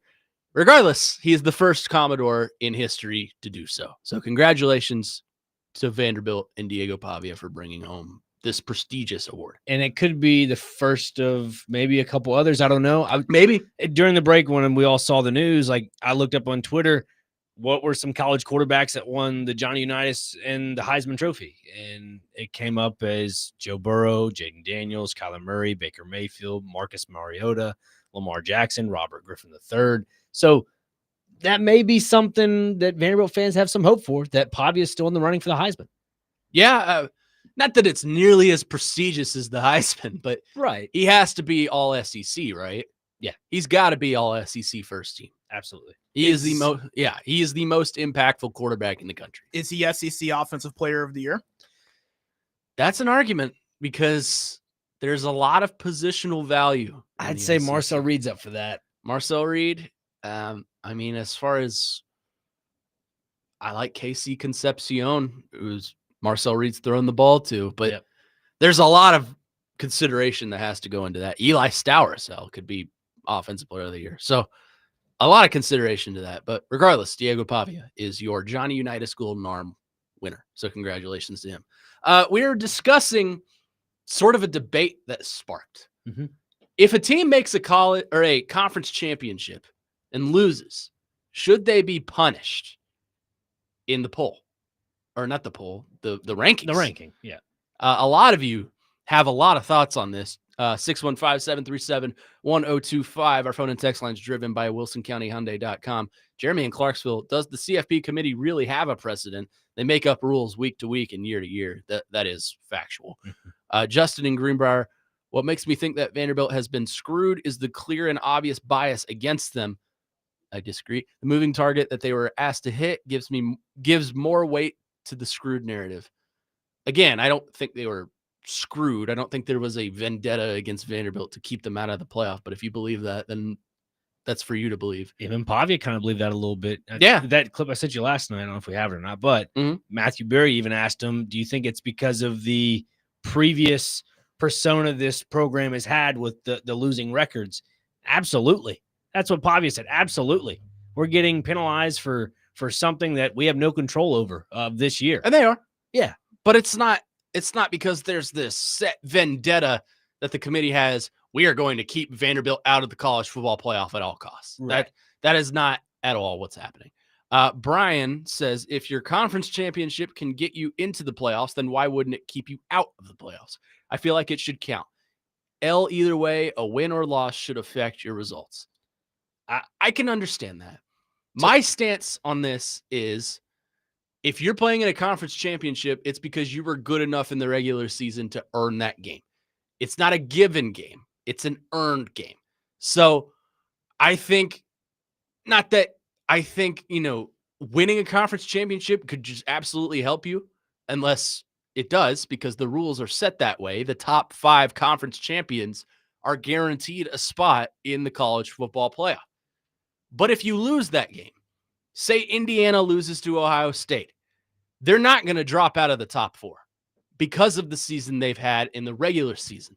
They have 1 loss. And as Jess is kind of jumping on us about it, but I'll read their text. If Indiana lost to Ohio State, you wouldn't have them in the top 4 or 5 at all. I think this is directed at you. How would that work? Indiana has by far the better regular season win than any of Ohio State's. Vandy fans, not saying you are, but from what I've heard, are discrediting this Indiana team in ways that they don't currently appreciate. Also, Vandy definitely deserves to be in. If the college football playoff committee doesn't see what a great story that'd be outside of the fact they're more deserving, it's their loss. I would feel sorry for Vandy, though. Love what they have going on. And obviously, they're from Indiana. So Fair. I think that's a fair point. I mean, look, the 2 ranked wins that Indiana has on their schedule, they're both top 10 wins. Illinois at the time when they were number 9. Okay? That's true. Then you go on the road and you beat Oregon. That's a big win. I consider that. I really do. And Oregon was number 3 at the time. So, yes, I even though they have 2 top 10 wins, I would still leave them outside the top 4, top 5. That's just the way I'm looking at it. I mean, if I were to go to Texas A&M's schedule right now, and I will do that as I currently am on the radio. Let's see. Tried to get all this all situated, but the Notre Dame game, to me, we understand Notre Dame's not what they were. And you could say the same thing about Illinois. Illinois is not what everybody thought they were. Illinois finished unranked. Right. And you look at Notre Dame when they lost to A&M, they were ranked 8th in the nation. And so Illinois was ranked 9th. So you could go either way with that.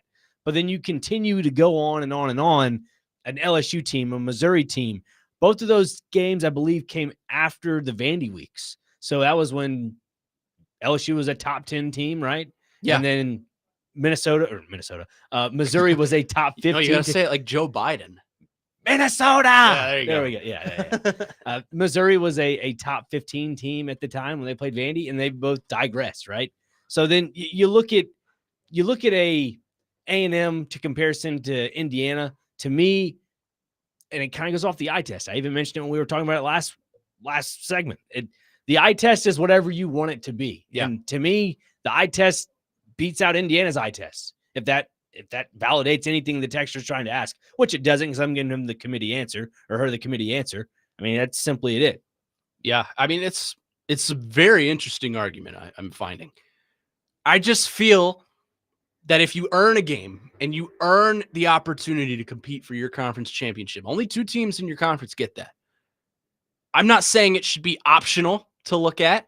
I think on some level, let's say Ohio State goes out and just completely bends Indiana over. Then I would say, yeah, maybe Indiana needs to be outside of the top 4. Yeah, and that's kind of what I was going to get to here, and thank you for clarifying that because. I'm sorry. No, please go ahead. What I'm saying is, if this game goes the way I think it goes, and it comes down to the wire in Ohio State and Indiana, and Ohio State beats Indiana, then I think we need to have a conversation. Indiana should be like the 3 or 4. They're going to move down because you lost to the number 1 team in the nation. But I'm saying on a grander scale, whoever loses in a conference championship game, I don't think should be completely removed from a college football playoff picture. So what? Again, I'm playing. Go for it. No, do it. What about Duke?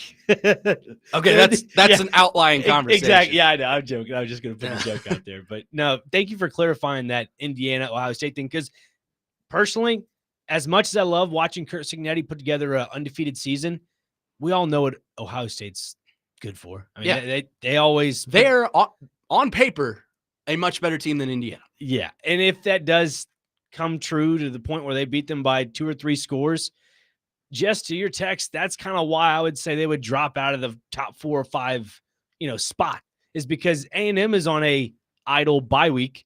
They don't have to do anything, and that helps out their resume, because when they lost to A&M, it was a close game for the most part. I mean, if Marcel Reed kind of didn't get hurt early on in the game, he did come back and play, but a 10-point loss. If Ohio State beats Indiana by, I don't know, 25, 24 points, that validates that for me. Yeah, no, I agree. But if it goes down to the wire, I think you would get to the point where it's, okay, Ohio State's your number 1. Let's say Georgia wins the SEC championship. They're number 2. Texas Tech wins the Big 12. They're number 3. Then we can put Indiana there. Yes. At number 4. Yeah. If it's like a 1 or 2 one possession, 2 possession loss, if that's the answer you're looking for, Jess, yes, I would still keep them in the top 4 or 5 that way. Quickly, let's go to our phone lines. Welcome in Steve from Franklin, who has a comment on the college football playoff discussion. Steve, go ahead. Hey, I got a real problem with Alabama getting in if they lose to Georgia. It should be their 3rd loss.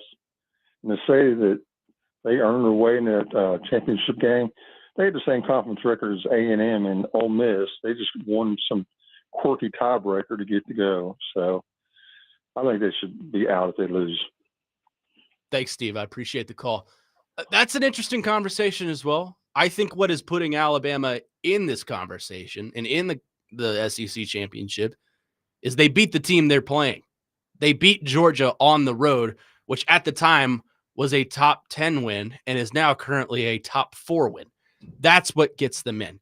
And I understand the notion that, they lost to Florida State to start the season. They lost to Oklahoma at home, close. But Texas A&M, I mean, they had one of the easier schedules in the SEC, we'll say. They lost on the road at Texas. So Ole Miss lost to Georgia, beat Oklahoma, but lost to Georgia in collapsing fashion. So Georgia absolutely deserves to be in the SEC championship, and I think A&M's loss solidified that. Mm-hmm. The next, who they play, it's between those three. And if we're going off the tiebreakers and the resume, Alabama clearly has the best. So that's just my opinion on that. You're welcome to disagree, but no, I mean, to the caller's point, to Steve's point, I could see where he has a little bit of a problem with Alabama making it in the I agree. playoff. I could see that. Like, you look at Texas, and I go back to Steve Sarkisian's case to have a 3-loss Texas team in there. If Bama does lose, which it might happen, I mean, it's a 50-50 shot, you kind of have to have the conversation. And that's why I am frustrated with the committee, because it kind of ties Vanderbilt back into the conversation of, you put, and we both agreed on this, you put Texas in front of Vanderbilt because that roadblocks them. It cannot elevate them into the top 10. There's nothing they can do. Yeah. And so if Alabama loses by 2 or 3 possessions, which we probably don't think will happen, but say they do, that'll leave them out, and then make a valid case for Texas to be in the top 10, top 11, which is just ridiculous. That no 3-loss team should be in the playoff. I'm sorry. Yeah, but it kind of ties back to the conversation we're having. Yeah. Should a loss in a conference championship get in? And we saw it last year. A 3-loss team in Clemson made the college football playoff because they won their conference championship. So we'll see if the opposite happens this time around. 615-737-1025 is the phone number. Phone and text lines driven by WilsonCountyHyundai.com. Coming up next, is there a legitimate shot that the Atlantic Coast Conference, or as they call it now, the All Coast Conference, the ACC, is left out of the college football playoff? There's an extreme chaos scenario that could play out, and it's a lot more likely than you think. We'll talk about that coming up next here on Chasing Big Joe on 102.5 The Game.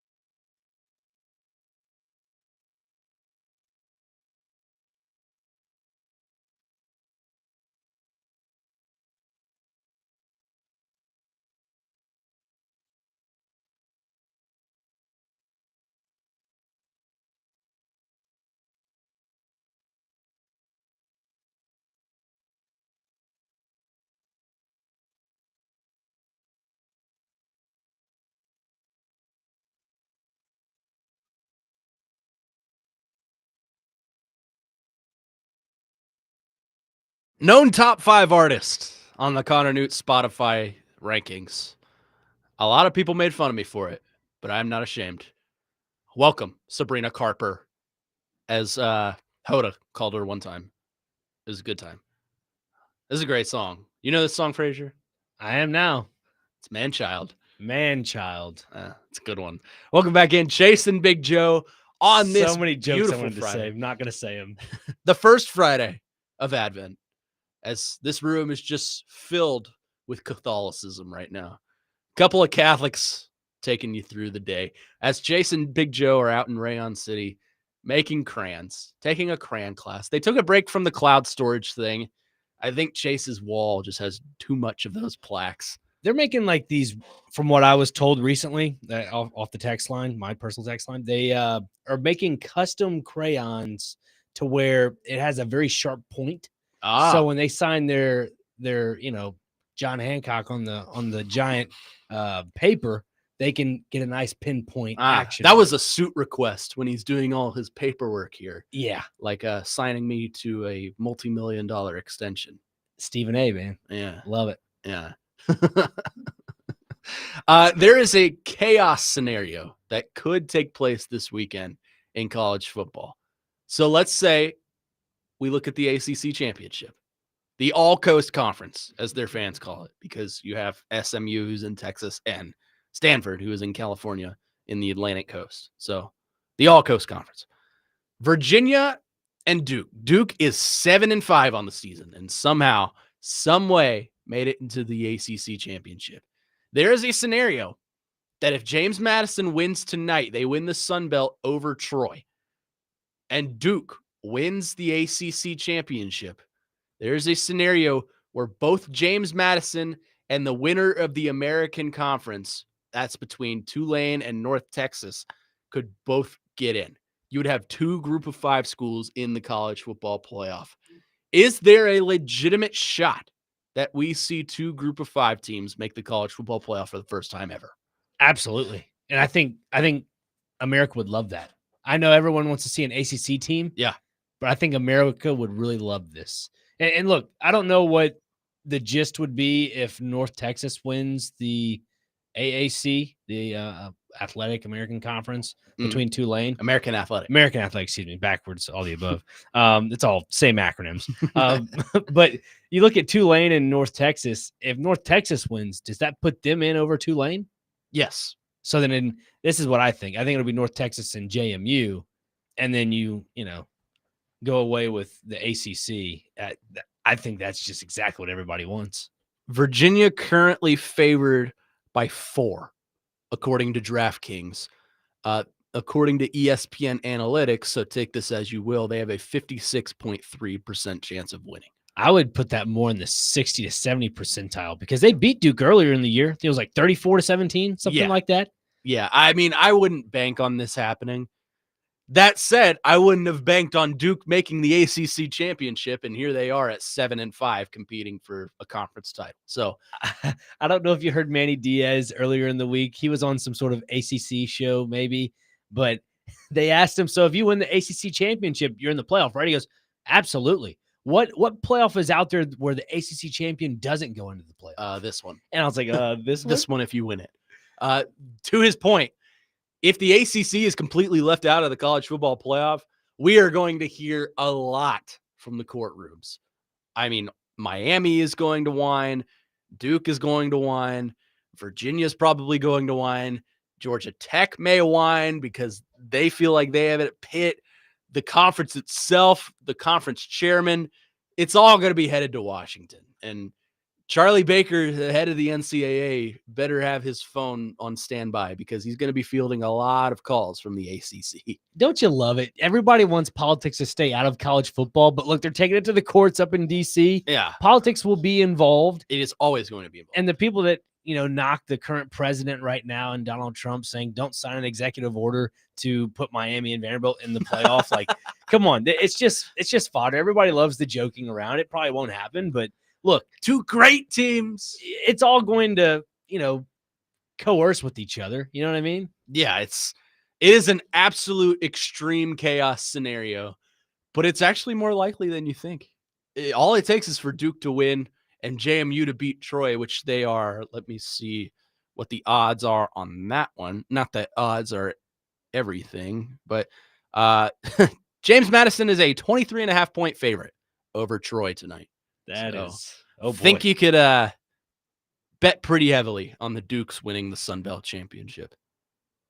Now is the JMU head coach? I know he's going elsewhere because Billy Napier will be the new head coach for them next season. He is headed to UCLA. Correct. Is he going to be coaching tonight? Okay. I know there was John Summerall when he accepted the UF job, Florida job, that he was going to coach for Tulane throughout this whole process. I would say the majority of coaches that have left are going to remain coaching. Yeah. Like Will Stein took the Kentucky job. He is still going to call plays and be the offensive coordinator for Oregon through the playoffs. The only one that's not is good old Lane Train, and that's because of extreme circumstances. Look, Lane left Mississippi so the Bulldogs could fly. You know, they say when pigs fly. And the Cats. Yeah, and the Cats. They just flipped a 4-star wide receiver originally committed to LSU. So thank you, Lane. God bless you. Every time Lane leaves, good things happen for other programs. It's going to happen again in 5 years when Alabama calls. Yeah. They say when pigs fly, it's more like when bulldogs and cats fly. That's what it is. My dad and I were talking about this the other day. I kind of believe this will be Lane Kiffin's last head coaching job. Whoa. Because of how this has played out, all the bridges he's burned. I think if he doesn't work out in LSU, which is a high possibility, people will look at how this was handled and say, we don't want to take a risk on that. Unless it's like a small group of 5 that's just trying to become somewhat notable. I know one program that I can confidently say would say yes to Lane Kiffin, and it's in the SEC. Alabama. Yeah, it'd be Alabama. I think the only way they do that is if the old ball coach calls up and says, he's my friend. And hire him. That's what he did for LSU. That is exactly what he did for LSU. And he still has his office in Tuscaloosa at the stadium. The field is named after him. So I wouldn't see why not. Yeah. I mean, I just don't think anyone would want to take a risk. Anyone would say, oh, he's going to, he's such a good man. Look at what some of the players are tweeting. Yeah. Quote tweeting his statement and saying, this is all BS. You didn't say that. You lied to us and left overnight. Lane Kiffin has proven he is a heel. He even left juice behind. Do you think there is an NFL owner out there potentially risk willing enough to take that chance? I mean, obviously it was just a rumor, but he was floated around potentially for that Titans opening before the LSU thing became a fruition. I don't see it, but I don't think he translates to the NFL that much. Yeah, I mean, we've all seen Lane Kiffin experiment with the Raiders way back in the day, but you look at Kiffin now, I think he just relates to the kids now. He relates to them in a different fashion that I think a lot of older heads don't. And it's old heads. Yeah, old heads, the boomers. 615-737-1025 is the phone number. We'll get to your phones and texts. Coming up next, stick with me, Dan. I'll get right to you. We'll continue this conversation on the college football playoff. Coming up next, Connor Newton, Nick Frazier, Brandon Bigsby in for Chase and Joe on Chase and Big Joe on 102.5 The Game.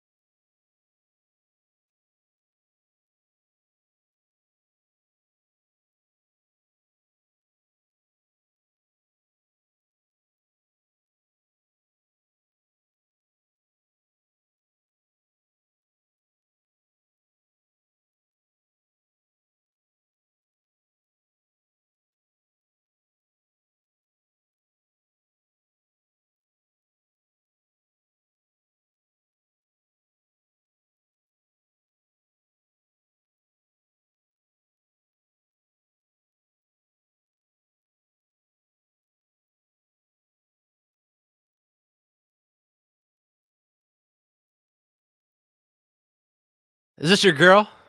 It's just great country music. I mean, do you not hear the steel pedal guitar in the background? Oh, one of my favorite instruments. I mean, what is this song called? I know who it is. Choosing Texas. Okay. Yeah.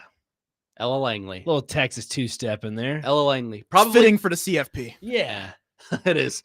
Probably number 2 in the female country music power rankings. Oh, yeah. She's definitely top of the charts right now. She's number 2. Not Mariah Carey. Miranda Lambert was up there for a long time. It's Lainey Wilson right now. Yeah, Lainey Wilson's up there right now. I would put her at number 2. Yeah. And then maybe Miranda. Yeah, she's fallen a little bit for sure. Then Carrie Underwood's probably top 10. Carrie's gone a little more faithful as of late. Hey, I mean, she's getting paid what? And good on her. Isn't it $1 million or $18 million every Sunday for the Sunday Night Football? I mean, she's got it going. I mean, still has the voice of an angel. Yeah. Love me some Carrie Underwood. Let's go to our phone lines. Welcome in Dan to the program. Dan, go ahead. Thank you guys for taking my call. First of all, I want to say it's really a joy listening to 102.5 at this time of day. Didn't listen for a long time. We'll just leave it at that. But I like the changes. That's all I'm going to say. I know you guys are filling in. And I'm not sure how old you guys are or, how if you're from this area. I lived in Murfreesboro for a lot of years, moved out, still in Middle Tennessee, and I recently bought a business here in Murfreesboro, a decent-sized business. We ordered 4 season tickets to MTSU football. I think 6 tickets were used. They're 4 seats. I think we used 6 tickets the entire year. Just want to know if you could explain to me why you're talking about Tulane and JMU. JMU, they just come out of nowhere. Middle used to be kind of one of those teams in the OVC, and then they moved to the Sun Belt, and then they moved to CS Conference USA. Can you explain? It just seems like they're always the guy that shows up an hour late at a party, and the pretty girls have already left. It just seems like nobody even talks about Middle. And I really don't know the history. I talked to one of the basketball season ticket guys, and he said the AD burned some bridges when he left the Sun Belt and merged. And I don't know. It just seems like to me the largest university in the state of Tennessee and 30 miles from a top 20 television market. And we're playing in Austin. We got the fire beat out of them. I mean, I'm just trying to find out what happened that no one wants MTSU. Their stands are empty. I just don't know how all of a sudden we still got, y'all were talking about the American Athletic. I don't know why someone wouldn't want Middle. And I'm going to hang up and listen, guys. Enjoying the show. Bye-bye. Thanks, Dan. Yeah, I'm asking myself the same thing. As a student of MTSU, and you're an alumni as well. Yep. So it is kind of tough to see that team not succeed to their fullest. I can't really give you the historical background of why they left the Sun Belt, why they're in Conference USA right now. I can somewhat give you why they've trailed off. It's because of things have gone wrong. They fired Rick Stockstill, brought in Derek Mason. That hire has not panned out to the level it was expected to so far. I just think they're growing pains. It's growing pains. To Dan's call, and great call. I look at it as a former, student and alumni now. Like this is a growing pain situation, and I'm not trying to give you the, grammatically correct answer whatsoever. I'm just telling you what I feel from the heart. I'm a half glass full kind of guy, and I fully believe that MTSU's athletics can get back to where they were. I agree. In glory form. As for football, sure, the season didn't go the way they wanted it to. But overall, you just gotta, I don't want to say give it time because that's what people hate to hear. Give it time. If you go back and look at some of the losses on MTSU's schedule, there were, I'd say 4 of them that I recall looking online that came down to a 1 possession game. And that has to show you some form of promise and some form of direction. I mean, sure, you're going to be missing a few players after, graduating or transfers or whoever it may be, but you bring in new faces and new energy. That's kind of what you need in programs that are in this group of 5 scenario. And this kind of brings another topic to the conversation is, will the group of 5 ever have their own college football playoff or their own national championship? I'm still I'm still optimistic that could possibly happen. I'm in favor of that. Yeah, we had that conversation last summer. Remember, it was Parker, Jake, myself, and you, and we all were doing a roundtable. And like, what if there was a relegation system for each conference? I'm not in favor of relegation. No. But it got to the conversation of Group of 5 to have their own national title game, and I think that might be a direction where college football might look at it. But to MTSU's point, just there's a lot of good things that will be on the horizon. MTSU, I think, is just, I guess, unfortunately, a product of the current system. And that's, if you have a remotely good player on a G5 school, chances are they're going to be spotted and head to a bigger program. That's just how things work. That's how it works in the wild, wild west right now. And that's unfortunate for teams like MTSU who are building and trying to get back to prominence. I remember my freshman year of college.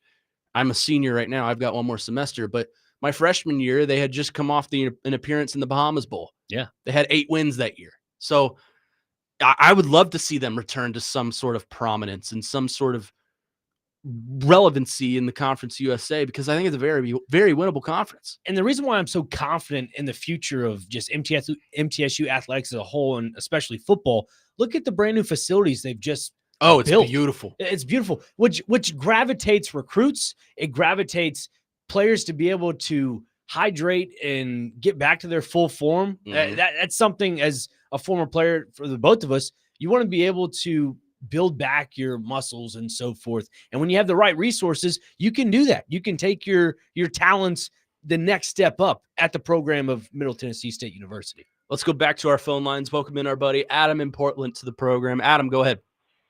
Hey, man, to the Middle Tennessee guy, you got to throw buckets of money at it, dude. And you can't hire dudes like Derek Mason. Like, no offense to him. He's the nicest guy in the world, but so is Marcus Mariota. And I was tired of him being my quarterback at one point. It can't just be it's a good guy. Like, he's not a good head coach. He's a great coordinator. He's a great coordinator. He's great at dealing with the media, but Derek Mason can't coach. And until you get serious, like Murfreesboro's got money. Like, I can't afford to do anything in Murfreesboro. What are you talking about? They've got plenty of money. Throw it like Vandy did. Vandy threw buckets of money at a problem, and look at them. They changed everything for their program. So until you're willing to get serious about, with yourself about who your coach is and what you're looking for, and then throw a bunch of money at it, it's going to be the same thing for Middle, man. And I hate it because I was part of that. I had a lot of fun watching that 15 seed rolling through the tournament, years ago. Like, that was exciting for Middle. It's the last time they were relevant in anything.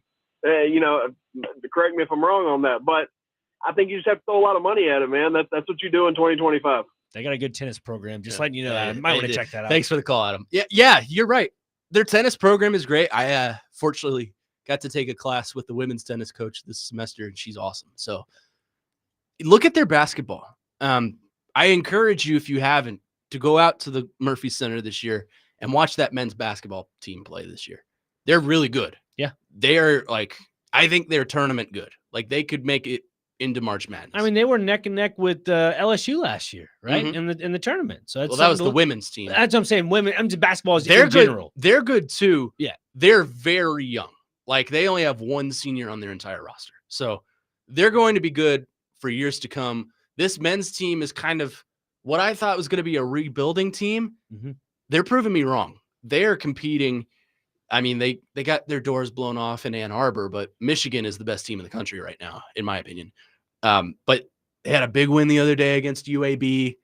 They're competing. I think they're capable of winning the conference and making it all the way to March. But as far as MTSU football, yes, I'm with you. I would love to see them return to prominence and maybe be that G5 team in the college football playoff someday. But that day is not today. 615-737-1025 is the phone number. Last call for your text and phone lines. Our text line driven by WilsonCountyHyundai.com. When we come back, it's going to be a struggle bus between myself and Brandon, I guess. We're going to play. But celebrity birthdays as we wrap things up on Chase and Big Joe. First one to get one wins. Not actually, but maybe so. We'll do that coming up next right here on Chase and Big Joe on 102.5 The Game.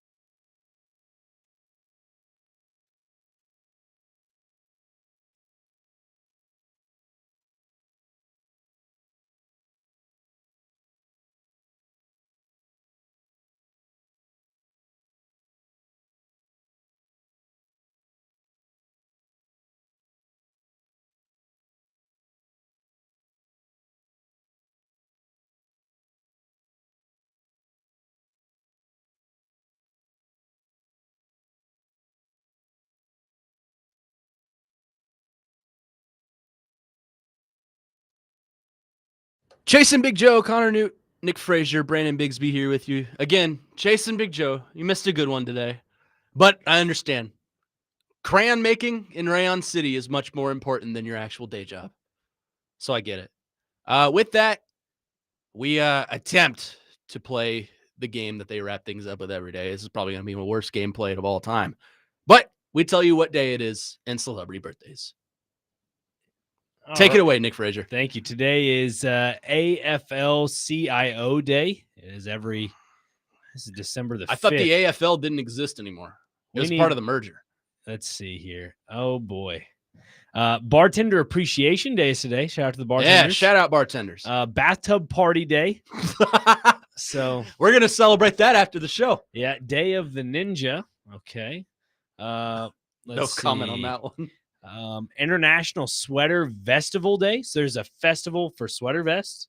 Okay. So if you like doing that. I won't be partaking in that, but all right. International Volunteer Day. When's National Commodore Day? I see what I did there. I like that. National Comfort Food Day is today. Oh, yeah. So if you have a comfort food, there you go. Cheese tortellini tonight, baby. That does sound good. National Satcher Tort Day. Sachet. It's a do what to my tort? It's something with a cake. All right. That's all we got to know. Let's see. This is a family show, pal. World Soil Day. I know the Midwest has some dark soil. Don't soil yourselves today, fellas. Soiled it. National Commute with Your Baby Day. So if you have a car and a baby, go commute somewhere. National Blue Jeans Day is today. Wear your nice blue jeans. Elton John rejoices. And last but definitely not least, this goes down into the Chase Big Joe Show Hall of Fame. Krampus Natch Day. Today is... I don't even know what to comment on that. Today is Krampus Snatch Day. I don't know how else to describe it, but they die laughing every time they hear it. Krampus Snatch. So what they are, they're like people that dress up like... I'm aware. It's like a German festivity. Yeah, it's celebrated in Switzerland too. It's an oddball thing. I don't know. Interesting. But to the birthdays. Here Let's we go. do it. Let's see. So I accidentally did the wrong birthday date. I did December the 6th. So we can go December the 6th if you guys would like. No, we got to stay true to the tradition. Yeah. So first on the list, we have politician Andrew Cuomo for December the 5th. So Andrew Cuomo. How old is Andrew Cuomo? Brennan, go ahead. 66. Okay. I'll go younger, 55. He is 67. So Brandon's got it first there. No joke will be made here. We are not under the age of 12. Thank you. Let's see here. TV actress Ava Kolker. Never heard of her before. I don't know who that is. 27. All right. Yeah, smart answer, Connor. 32. 19. So she is of age, so I guess she could be on the program. Another TV actress, definitely actor, Frankie Muniz. Everybody knows Frankie Muniz. I know Frankie Muniz.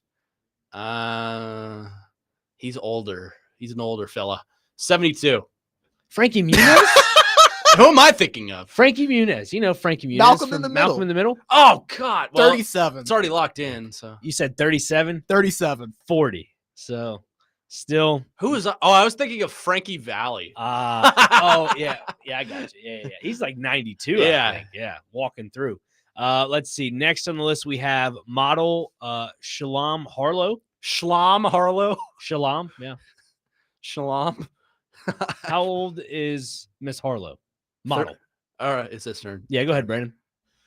78. I'll go way younger. 31. 52. Man, we are really rolling along here. Yeah, this game's not my strong suit. It's okay. Last one we have here, don't even have this, but TikTok star Chase Rutherford. Who? I don't TikTok star Chase McCabe. 24. I'm going to go younger, 20. Unbelievable. Connor Newt, 24 on the nose. He takes the lead 2-1. On to sports birthdays, if we may. Oh, my goodness. Connor Newt with the absolute zinger there. All right, sports birthdays. First on the list, we have, Anthony Martial. former Premier League player in England for soccer. I have no idea who that is. Former, so 48. We'll go 34. 30. All right. MLB baseball player Christian Yelich. A player you cannot convince me is not on steroids. His MVP year. It's Brando's turn. Go ahead, Brandon. I'm gonna go with the same one, 34. I'll go 35. And Brandon retakes the lead. He's look at 34. I mean, Look at 3-2, back and forth. Next on the list, we have basketball player Josh Smith. How old is Josh Smith? Josh Smith has played for the Atlanta Hawks. Yeah. 28. I'll go 42. 40. There's another one on the board for Brandon. That's 4-2. I'm getting smoked. And last one here on the list, I have MLB pitcher Trevor McGill. How old is Trevor McGill? Trevor McGill is an oldie. 35. 38. 32. And Brandon Bigsby comes out victorious on this Friday on the Chase and Big Joe. If I would have gotten Frankie Muniz, who I thought was a completely different person, maybe it would have been a different conversation. Yeah, I really thought you'd grab the Frankie Muniz one. I was like, this is. I never watched Malcolm in the Middle. Really? Yeah. I mean, I wasn't a diehard watcher of it, but it was a pretty decent I think they're doing a reboot of it too. If you're a NASCAR watcher, he is currently racing in the NASCAR Craftsman Truck Series. Actually, he has become a professional race car driver. No kidding. He's just more than an actor, folks. I actually knew that. Chase told me that one time. Because he's the only one here that cares about that. You should. Hey. Me too. I love NASCAR. He's a NASCAR. Love it. But look at you. Thanks for everybody listening today. Yeah. Thank you very much. Great show in the neighborhood, as they say. Great show in the neighborhood. I believe I'll just take this real quick, but Joe normally tells people, call 988 if they have any sort of, troubles going on in their lives. If you want to talk to somebody, you can email, text, whatever. Chase, Big Joe, myself, Connor, Brennan, whoever. But yeah, it's mental health is a big factor for this show, especially. If you have any issues or problems, call 988. It is a big thing in this life to make sure you're okay, because the world is a lot better with you in it. And for that, Connor, I think that's the best way to put it. Amen to that. Let's see if I can do it exactly how Chase does it. Amen to that. Peace, love, rock and roll DVD coming up next right here on 102.5 The Game.